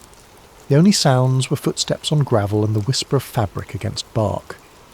I followed the crowd, keeping my head down and my hood up. The robe smelled of incense and something else, something organic and unpleasant that I couldn't identify. We gathered in a natural amphitheatre around the lake. The owl statue dominated the scene, its eyes seeming to glow red in the torchlight. A wooden boat had been prepared at the water's edge, and in it lay what appeared to be the effigy of a child, small, wrapped in white cloth, disturbingly lifelike. But as I stared at the bundle, a horrible doubt crept into my mind. The proportions were too perfect, the weight distribution too natural. The way the cloth clung to what lay beneath suggested something more substantial than straw and sawdust. A figure in an elaborate robe stepped onto a platform beside the owl. Even with his face hidden, I recognised the bearing and voice of a man who'd been on television every night for years. A former president whose policies had shaped a generation. "Brothers of the Grove," his voice boomed across the water, amplified by hidden speakers. "We gather once again beneath the ancient eyes of wisdom to perform the sacred rite that frees us from the burdens of conscience." The crowd responded in unison. "We banish care and cast it to the flames." Care, that pale and common thing that binds the hands of power. Care that whispers doubt in the ears of decision. Care that stays the sword of necessary action. We banish care and cast it to the flames. The ritualized call and response continued for nearly an hour. Invocations to ancient deities whose names I recognized from my study of Middle Eastern mythology. Moloch, the Carthaginian god of child sacrifice. Enlil, the Mesopotamian lord of wind and authority. Names that shouldn't have been spoken by American leaders in the 21st century. But the most disturbing element wasn't the pagan imagery, or even the suggestions of child sacrifice. It was the casual way these men, titans of industry, shapers of policy, guardians of democracy, participated in rituals that explicitly celebrated the abandonment of human compassion. The ceremony reached its climax when the boat carrying the effigy was pushed out onto the lake. Flames erupted from the water around it, hidden gas jets, I realised, creating the illusion of supernatural fire. The figure in the boat burned quickly, the white cloth falling away to reveal... I still can't be certain what I saw. In the flickering light, with smoke obscuring my vision and my mind reeling from the horror of it all, it might have been an elaborately constructed mannequin. The realistic movement could have been caused by the flames consuming internal supports. The sounds, brief, high-pitched, quickly cut off, might have been air escaping from burning materials. But the way some of the robed figures wept as the fire consumed its offering, the way others cheered with genuine ecstasy, suggested something far more sinister than theatrical pageantry. As the flames died down, the crowd began to disperse. I started to follow them back toward the cabins, but a hand fell on my shoulder. Mr. Grey. It was the old man from earlier, still wearing his ceremonial robes. "You're invited to the inner circle gathering. A rare honour for a consultant." Before I could refuse, 2 other figures flanked me. Not threatening exactly, but their presence made it clear that declining wasn't an option. They led me deeper into the forest, away from the main paths, to a clearing I hadn't seen during my earlier reconnaissance. Here, perhaps 30 men stood in a circle around a fire pit carved directly into the bedrock. Unlike the theatrical grandeur of the main ceremony, this felt ancient and deadly serious. The inner circle ritual began at midnight. The participants had exchanged their dark robes for masks of polished bone, owl faces with hollow eye sockets that seemed to bore into your soul. They moved with practiced precision, suggesting this ceremony had been performed countless times before. The man who'd led the earlier ritual stepped into the centre of the circle. Without his presidential bearing and familiar voice, he seemed diminished, just another acolyte serving powers older than nations. "Brothers of the Inner Grove," he intoned, "we gather to receive the wisdom of the Ancient Ones, and to consecrate the plans that will shape the world's destiny." The response came in a language I didn't recognise at first, harsh consonants and guttural vowels that seemed to bypass the conscious mind and speak directly to something primal and terrified in the human psyche. But as my Navy intelligence training kicked in, I began to parse familiar elements. This was Akkadian, the ancient language of Mesopotamia, dead for over 2,000 years. They were chanting the names of forgotten gods and promising them sacrifices of nations. Symbols were drawn in the ash around the fire pit, not random occult doodles, but specific sigils I recognised from declassified CIA documents. Project MK Ultra had experimented with ritualistic programming, using ancient symbols and dead languages to bypass conscious resistance in human subjects. The research had supposedly been discontinued in the 1970s. Apparently it had just moved to a more exclusive venue. The ceremony continued for hours. Maps were produced and spread on the ground, not of geographical territories, but of economic zones, resource deposits, population centres. Plans were discussed in mixture of English and Akkadian, but the intent was clear enough. Wars to be started, governments to be toppled, populations to be controlled. And through it all, the participants spoke of themselves not as American leaders serving American interests, but as servants of the Ancient Ones, preparing the world for some greater transformation.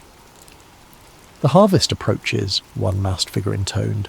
"The sleepers must be awakened. The old seals must be broken." "In the name of those who wait in the deep places," the circle responded, "let the work continue." I crouched in the shadows beyond the firelight, recording everything on a digital audio device I'd hidden in my shoe. But as the night wore on, I began to understand that what I was witnessing wasn't just corruption or conspiracy in any conventional sense. These men genuinely believed they were serving inhuman masters. Whether those masters were real or imagined didn't matter. The policies they were planning would affect millions of lives based on the whims of entities that viewed humanity as livestock. The ritual concluded with each participant drinking from a silver chalice and making individual pledges. The liquid looked black in the firelight, and several men convulsed briefly after drinking, their eyes rolling back to show only white. As dawn approached, the circle dissolved. The participants removed their masks, revealed themselves to be exactly who I'd suspected. Former presidents, current senators, military leaders, corporate titans. They shook hands and exchanged quiet words like businessmen concluding a profitable meeting, which in a sense they were. I made it back to my cabin as the first light filtered through the redwood canopy, but I knew I couldn't stay much longer. Whatever protection my forged identity provided was wearing thin. Too many meaningful looks, too many knowing smiles. They were playing with me, letting me see just enough to understand the scope of what I'd stumbled into. But there was one more place I needed to investigate before I could flee. The lodge marked Styx, access by code only, sat apart from the main camp, connected by a service road that didn't appear on any of the maps provided to guests. I'd noticed it during my first day's reconnaissance, but hadn't found an opportunity to investigate. The building itself was unremarkable. Standard wooden construction that matched the other lodges, designed to blend into the forest environment. But the security was anything but standard. Biometric scanners, electromagnetic locks, motion sensors that could detect a heartbeat from 50 feet away. Fortunately, my anonymous benefactor had provided more than just a forged access pass. Hidden in the lining of my suit jacket was a USB device, that looked like a standard thumb drive, but contained sophisticated hacking tools developed by someone with serious technical skills. When plugged into the lodge's security system, it created a temporary blind spot in the sensors and provided the access codes needed to bypass the locks. Whoever wanted me to see what lay inside had planned this infiltration down to the smallest detail. The lodge's interior was a facade. Behind a false wall accessed by yet another hidden panel, stairs led down into the bedrock beneath the forest. The passage was older than the buildings above, carved stone rather than modern construction, lit by electric fixtures that had been retrofitted into ancient sconces. At the bottom of the stairs, a heavy oak door opened onto a chamber that took my breath away. The room stretched far beyond what should have been possible given the lodge's footprint above. Stone shelves lined the walls, filled with leather-bound journals, rolled documents, and artefacts that seemed to span centuries. At the centre of the chamber stood a massive table carved from a single piece of black stone, its surface covered with maps, blueprints, and what appeared to be governmental documents bearing official seals. I started with the journals, selecting one at random from a shelf marked 1923 to 1945. The handwriting was elegant, old-fashioned, but the contents were anything but quaint. The European situation proceeds according to plan. Our associates in Berlin understand their role, though they believe themselves to be serving the fatherland rather than the ancient ones. The sacrifice of the lesser peoples will provide the spiritual energy necessary for the next phase of the great work. Another journal, this one more recent. Operation Mockingbird exceeds all expectations. The media outlets respond to our guidance without question, believing they serve journalistic integrity, while actually perpetuating the narratives required for population control. The sleeping masses accept whatever reality we provide. But it was the documents on the central table that truly shattered my understanding of how the world worked. Blueprints for the USA Patriot Act dated 6 months before September 11, 2001. Battle plans for the invasion of Iraq, complete with fabricated intelligence reports about weapons of mass destruction. Early drafts of social media algorithms designed not to connect people, but to divide them into manageable, controllable factions. And newer documents that made my blood run cold. Plans for a global pandemic response that prioritized control over public health. Blueprints for digital currency systems that would eliminate financial privacy entirely. Population reduction strategies disguised as environmental initiatives. The most disturbing document was a roster of participants going back to the 1870s, when the Bohemian Club was first founded. Names I recognised from history textbooks, titans of the Gilded Age who'd shaped America's industrial development. But also names that shouldn't have been there. Figures from much earlier periods, some dating back centuries. Either the record keeping was fantastically inaccurate, or some of these participants weren't entirely human. At the bottom of the most recent page, a note in fresh handwriting. E. Granger, journalist, witnessed Inner Circle ceremony. July 16th, 2023. Asset or liability. Recommend termination if no compliance by dawn July 18th. They knew exactly who I was, had known from the moment I'd walked through their gates, the anonymous email, the forged pass, the convenient access codes. It had all been an elaborate test. And I was apparently failing. A motion sensor somewhere in the chamber beeped softly. Red lights began flashing along the walls. In the distance I could hear the sound of heavy footsteps descending the stone stairs. I grabbed as many documents as I could carry, stuffed them into my jacket and looked for another way out. But there was only one exit, and it was about to be filled with very unfriendly people. The footsteps were getting closer. Voices echoed down the stairwell, professional, clipped, the kind of tactical communication used by military operators. But then the lights went out. Emergency lighting kicked in a moment later, bathing everything in hellish red. And in that brief moment of darkness, I heard something that shouldn't have been possible. A voice speaking directly into my mind, words that bypassed my ears entirely.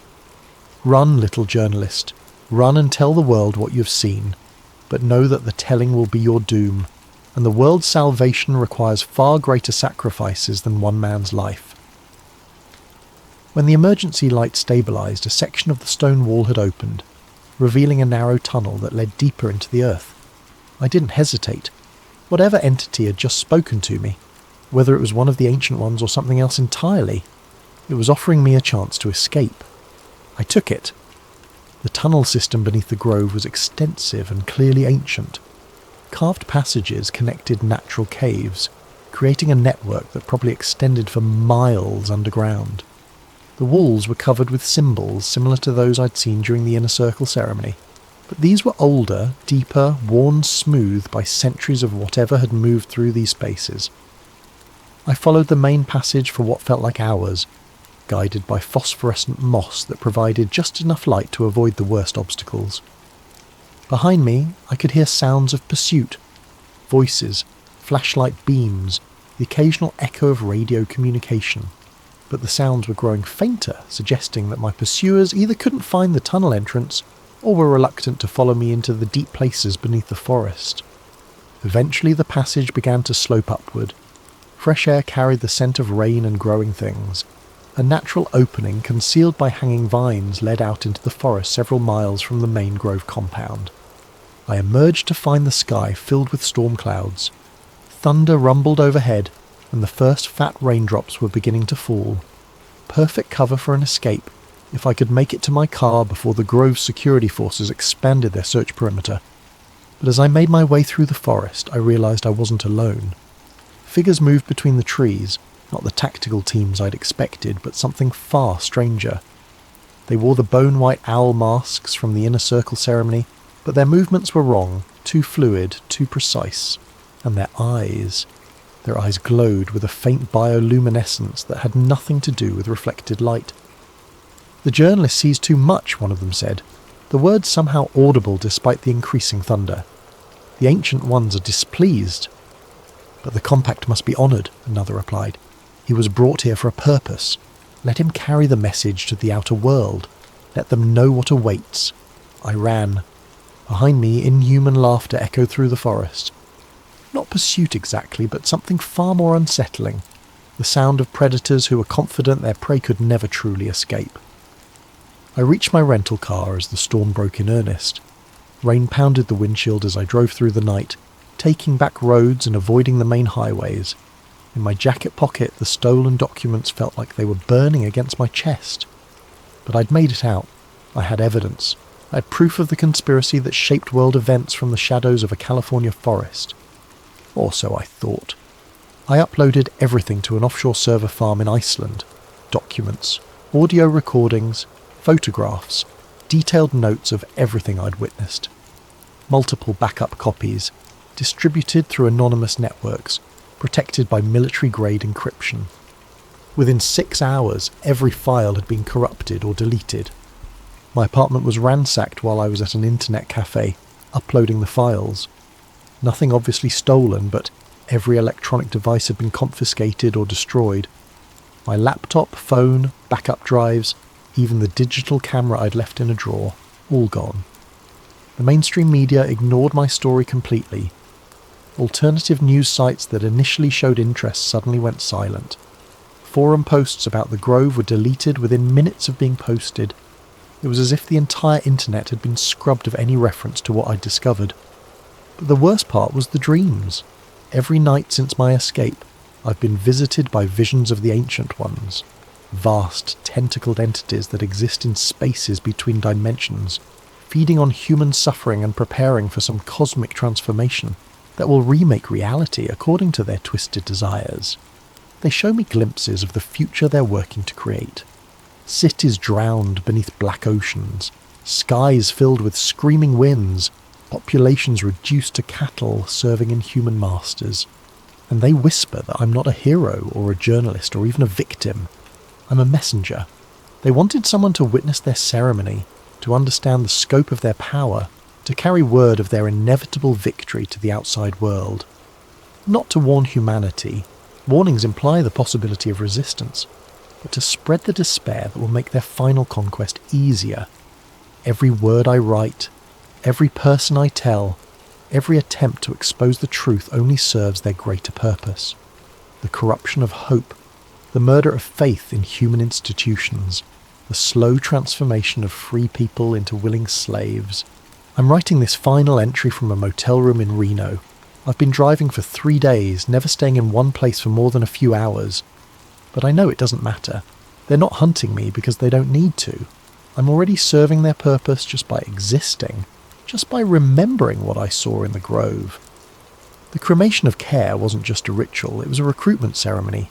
And I wasn't an infiltrator, I was an initiate. Tonight, I'll drive east toward the desert. Maybe I'll find some way to break the cycle, to turn their own trap against them. Or maybe I'll just disappear into the wasteland and let the truth die with me. But if you're reading this, if somehow these words have reached you despite all their efforts to control the flow of information, then remember this. They call it the cremation of care, but what they really burn is conscience. And when the fires die down, the world grows a little colder, a little darker, a little more ready for the ancient ones to reclaim what they consider their rightful dominion. The fire in the grove never really goes out. It just spreads, invisible and inexorable, consuming everything human until only the shadows remain. And in those shadows something very old and very hungry is waiting to be born. Tonight, I'll be your guide on a journey into one of the coldest and most enduring mysteries of the Cold War era. I want you to picture this. It's a winter night deep in the Ural Mountains, 1959. A group of young adventurers huddles in a tent on the snowy slope of a peak ominously called Dead Mountain. They're laughing, jotting down journal entries by flashlight, and planning tomorrow's trek. They don't know it yet, but this will be their last night alive. This is the true story of the Dyatlov Pass incident, a mystery that has haunted investigators for decades. My name is James, and I've spent weeks poring over old case files, diaries, and witness reports about what happened to those 9 hikers in 1959. The more I dig, the more the Dyatlov Pass incident feels like a nightmare straddling the line between fact and fiction.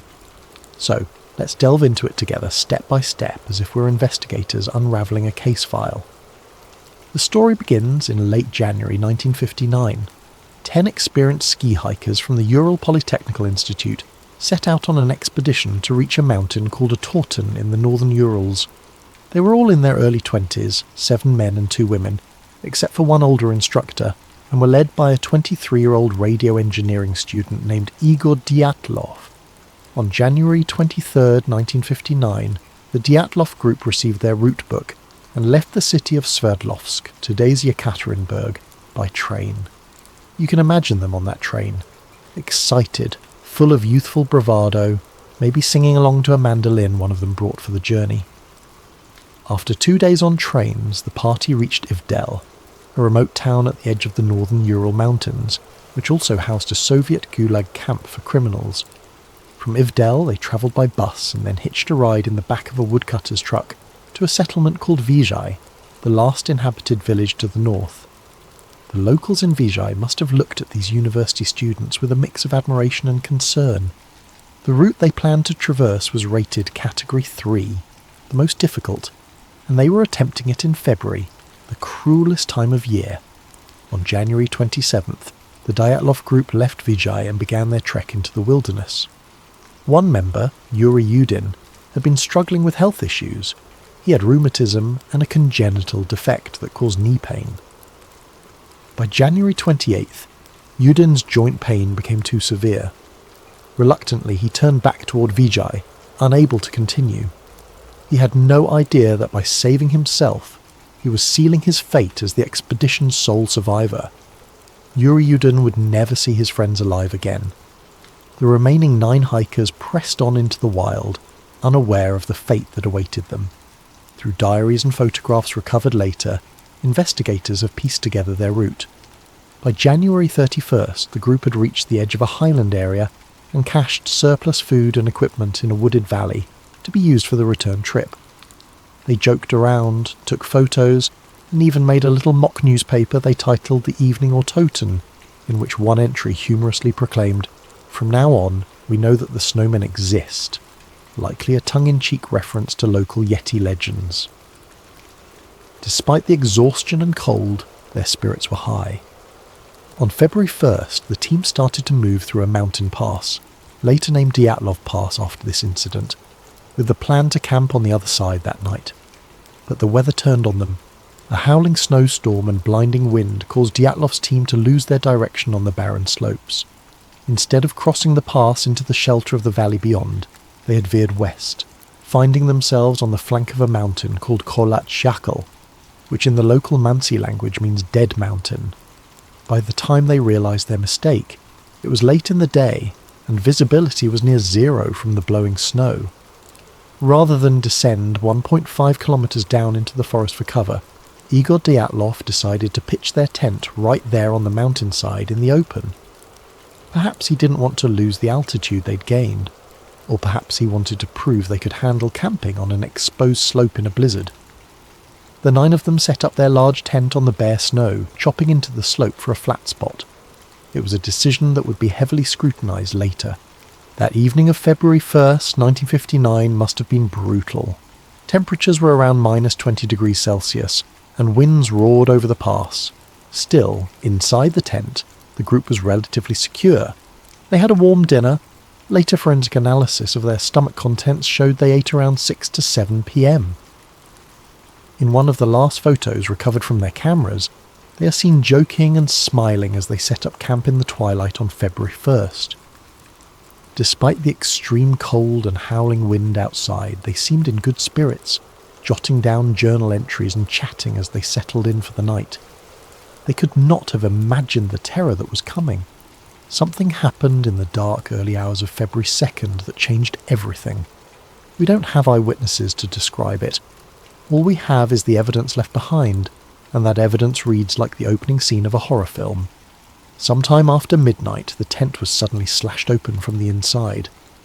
The 9 campers, who had been sleeping or resting, burst out of their tent into a howling snowstorm in the pitch black of night. They left behind almost all their gear, boots, coats, hats, sleeping bags, axes, as if fleeing an imminent threat. Imagine the situation. It's minus 30 degrees Celsius, minus 22 degrees Fahrenheit, outside, and yet something scared or startled them so badly that they ran out half-dressed and barefoot into the blizzard. Why? What could have terrified them, or otherwise compelled them to abandon their only shelter and run into certain death? That's the question investigators have grappled with for over 60 years. When the group failed to return to Vijay by February 12th as planned, there wasn't immediate alarm. Delays of a few days were common for such expeditions. But as day after day passed with no word, the hikers' families grew anxious. By February 20th, the relatives demanded a search and rescue operation. The Ural Polytechnic Institute sent student volunteers to scour the route, and soon the Soviet army and local militia police joined in, with planes and helicopters dispatched to aid the search. Rescuers faced brutal weather themselves, traversing deep snow and scanning miles of desolate terrain. Among the searchers was a student named Mikhail Sharavin, who on February 26th would make a chilling discovery. On February 26th, 1959, Sharavin's search team was moving along the slopes of Kholat Shakal when he spotted something odd sticking out of the snow. As they got closer, they realised it was a corner of the missing group's tent, collapsed and half buried in the snow. Sharavin used an ice pick to hack open the tent's entrance, which was blocked with snow. The sight inside the tent baffled him. The tent's canvas had been slashed open from the inside with a knife, and although it was damaged and partially snow-filled, almost all the hikers' belongings were still neatly arranged inside. He found blankets and coats laid out, a row of boots, axes and flashlights set to the sides, a map and official papers, a little pile of money and even a flask of alcohol. In one corner was a plate with slices of salo, pork fat, as if someone had been in the middle of fixing a snack. It was like a snapshot frozen in time. The tent felt orderly, not like it had been ripped apart by an external force. Sharavin later said it was as if the campers had been interrupted in the middle of dinner, then fled in a rush. The scene sent shivers down his spine. Why would experienced hikers cut open their only shelter and run away without boots or coats? Outside the tent, the search team found footprints in the snow, and they only deepened the mystery. There were 9 sets of prints, which matched the number of missing hikers. They could see the impressions of feet wearing only socks, or a single shoe, and some barefoot. You could even make out toe marks in the frozen snow. The tracks indicated that the hikers had not run in a wild panic, but rather walked fast or at a hurried shuffle down the slope, in an organised single file. The rescuers followed these tracks downhill in the direction of a dense forest. Incredibly, the footprints continued for about 500 metres before they were obscured by fresh snow. It was as if the group had intentionally headed toward the forest, perhaps seeking shelter or regrouping. Sharavin and the others were utterly perplexed. What on earth could have made these seasoned hikers leave their tent in sub-zero cold, partially dressed and even barefoot, walking away calmly into the night? With dusk approaching on February 26th, the searchers had to pause the search until morning, haunted by the enigma they'd uncovered. The next day, the search parties fanned out from the tent down toward the forest. At the forest's edge, under a large Siberian cedar tree, Sharavin and his comrades found the charred remains of a small fire. Near that fire lay the first two bodies. What they saw defied explanation. Yuri Doroshenko and Yuri Krivonishenko were found side by side in the snow, shoeless and dressed only in their underwear. The branches on the cedar above them were broken up to 5 meters high, as if someone had climbed up into the tree. Indeed, bits of skin and torn clothing were found on the bark. It looked like one of them had frantically clambered up the cedar, either to get a better view of the area, perhaps trying to spot the tent in the dark, or to escape something. Krivonishenko's corpse had burns on parts of his body, and in a grim detail he had a piece of flesh missing from his right hand. It turned out he had bitten off a chunk of his own knuckle, possibly in an attempt to stay conscious or stifle a scream while dying of cold. Both men's hands and feet were deep reddish brown, a sign of frostbite, and maybe the last attempt to warm their limbs by the fire. The tree's branches had been stripped for kindling, but the fire they managed to build was small and had burned out by the time they died. The image of these two friends huddled by a dead fire, slowly freezing to death in their underwear under a sky of endless black, is something I can't easily shake off. About 300 meters away from the cedar tree, toward the tent, the searchers found the body of Igor Dyatlov. He was lying face up in the snow, head oriented toward the tent up the slope, as if he had been trying to crawl back that way.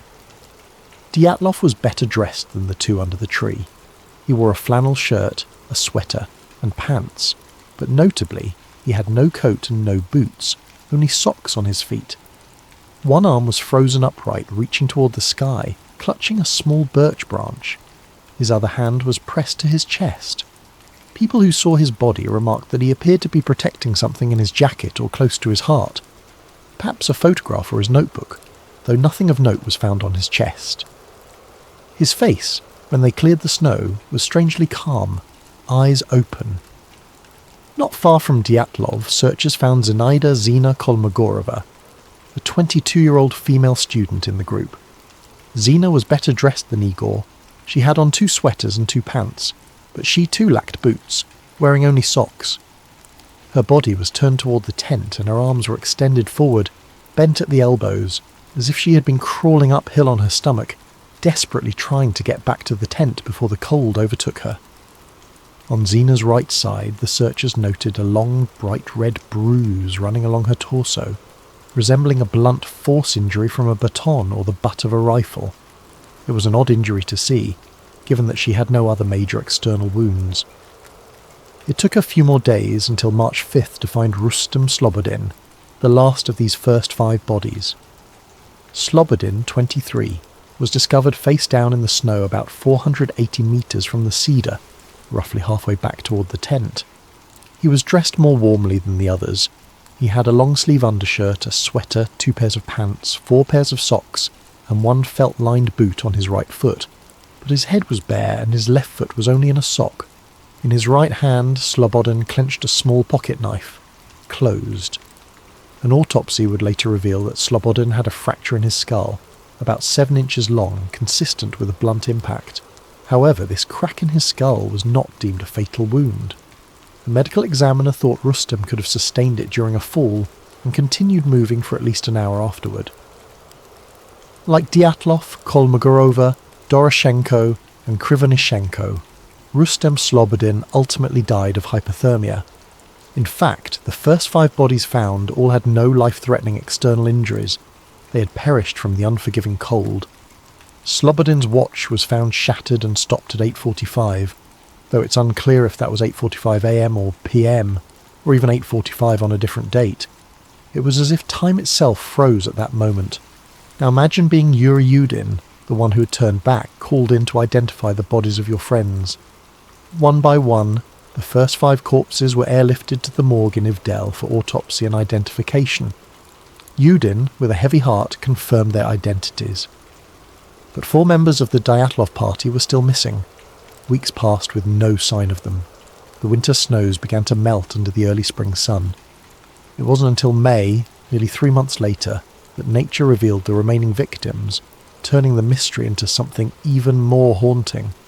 On May 4th, a Mansi tribesman named Kurin and his dog were assisting the search, when the dog picked up a scent near a rocky ravine further into the woods from the cedar tree. About 75 metres beyond the cedar and 1,500 metres from the tent, in a snow-filled ravine, searchers discovered a few torn pieces of clothing on a branch. Digging down, they uncovered the final 4 bodies buried under nearly 4 metres of snow. These were Lyudmila, Luda Dubinina, Semyon, Alexander, Zolotaryov, Nikolai Thibault-Brignol, and Alexander Kolovatov.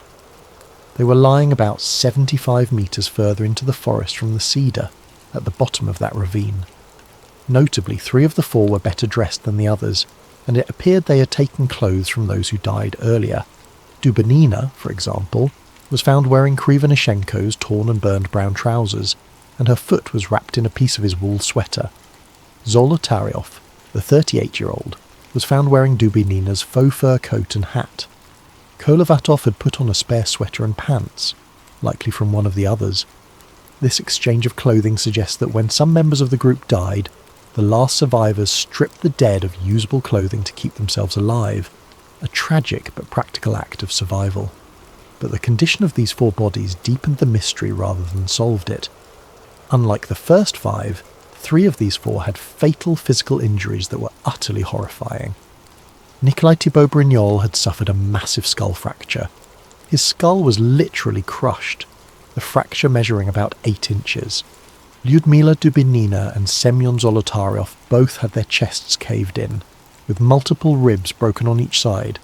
Dubinina had 10 ribs fractured, and Zolotaryov had 5 ribs fractured. A forensic doctor who examined the bodies said that the force required to produce such injuries would have been extremely high, comparable to that of a car crash. In other words, something had delivered an immense pressure or impact to their bodies.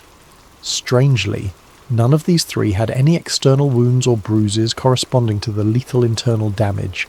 It was as if they'd been hit by a shockwave or squeezed by a tremendous force without breaking the skin. The 4th person in the ravine, Alexander Kolovatov, had a less clear cause of death.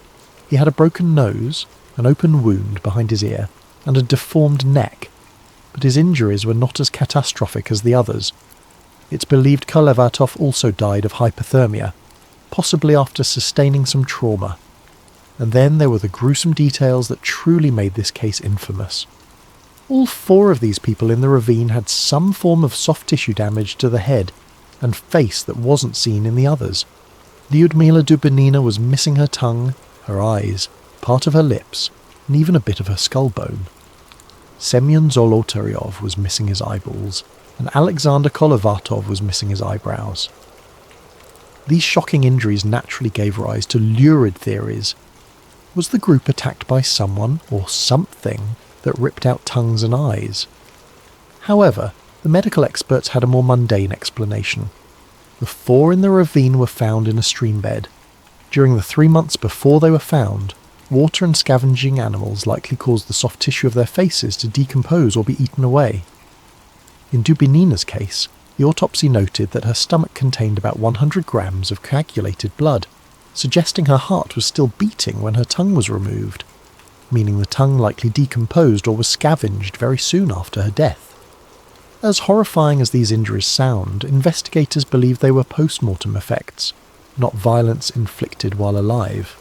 Still, when these details became public, they fueled wild speculation about murderous attackers or supernatural evil.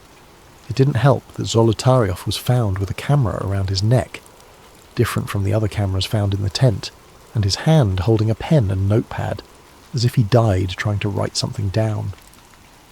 Unfortunately, whatever he intended to note was never written. The pad was blank. The investigators in 1959 were at a loss to come up with a satisfying explanation for all this. A criminal inquest began as a matter of procedure, since several of the deaths involved injuries. They first suspected that the native Manatee people, reindeer herders of the region, might have attacked the campers for trespassing on sacred land. But that theory was quickly dispelled. The only footprints found at the scene were those of the hikers themselves, and there were no signs of hand-to-hand struggle on the bodies. In fact, the Mansi had helped in the search, and had no history of hostile encounters with hikers. Next, investigators considered an avalanche, but the pattern of the tent and the footprints suggested otherwise. We'll revisit that later. As for animal attack, no large animal tracks were found, and the violent injuries didn't have the telltale marks of claws or teeth. The Soviet authorities were left to conclude that no other humans were involved in the Dyatlov group's demise. One of the doctors famously commented that the force which killed Dubinina and Zolotaryov was more than any human could inflict. No human could be powerful enough to cause such damage. One piece of information emerged that added a strange Cold War twist. When the forensic analysts tested the hikers' clothing, they found unusual levels of radiation on some of the garments. Specifically, Dubinina's brown sweater and Krivonishenko's wool pants were found to be radioactive. This discovery didn't make sense in a hiking context, and was not something the average person could detect. It was only found because one investigator had access to a Geiger counter. The presence of radiation fueled speculation that the Dyatlov party had encountered some secret weapon or radioactive fallout. However, a closer look provided a more ordinary explanation. Yuri Krivonishenko had previously worked at the Masyak nuclear facility and was involved in cleaning up a major nuclear accident in 1957, the Kishtim disaster. It's very possible his clothes were contaminated from that event and still carried traces of radiation. Likewise, Alexander Kolevatov had studied nuclear physics and worked at a secret institute in Moscow, which might explain contamination on some items. In short, the radiation might not have had anything to do with the incident. It could have been a red herring. Still, the fact that their skin reportedly had a deep tan, and some of their hair had turned grey when relatives saw the bodies only intensified rumours of some nuclear or chemical exposure. Authorities claimed the skin tanning was a natural mummification effect from lying in the sun and cold for weeks, and that hair can turn colour from exposure or the embalming process. But to grieving families in 1959, radioactive clothes and orange skin sounded like the stuff of government cover-ups and sci-fi nightmares. By May 1959, the official investigation was drawing to a close without a concrete answer. The lead investigator, Lev Ivanov, was under pressure to wrap it up. In his final report, Ivanov wrote that the hikers died because of the effect of an unknown compelling force. It was a vague catch-all phrase, essentially admitting that they couldn't figure it out. No external culprits could be identified, and the case was therefore closed without any criminal charges. The files were stamped secret and filed away in a Soviet archive. The Dyatlov Pass area was also declared off-limits to other expeditions for the next 3 years, supposedly to prevent any more tragedies, though some see it as an attempt to keep curious eyes away. The inquest's official finding was that the group members died due to a compelling natural force, a phrase that raised more questions than it answered. Imagine the weight of that silence. 9 young lives lost, and their families were told they would never know exactly how or why. In the Soviet Union of 1959, that was that. Some of the parents and siblings sensed a cover-up. Zina Kolmogoreva's mother, for instance, and Igor Dyatlov's parents all received hushed warnings from officials. The families were explicitly told, "You will never know the truth, so stop asking questions." In those days, if the party or KGB told you to be quiet, you stayed quiet out of fear.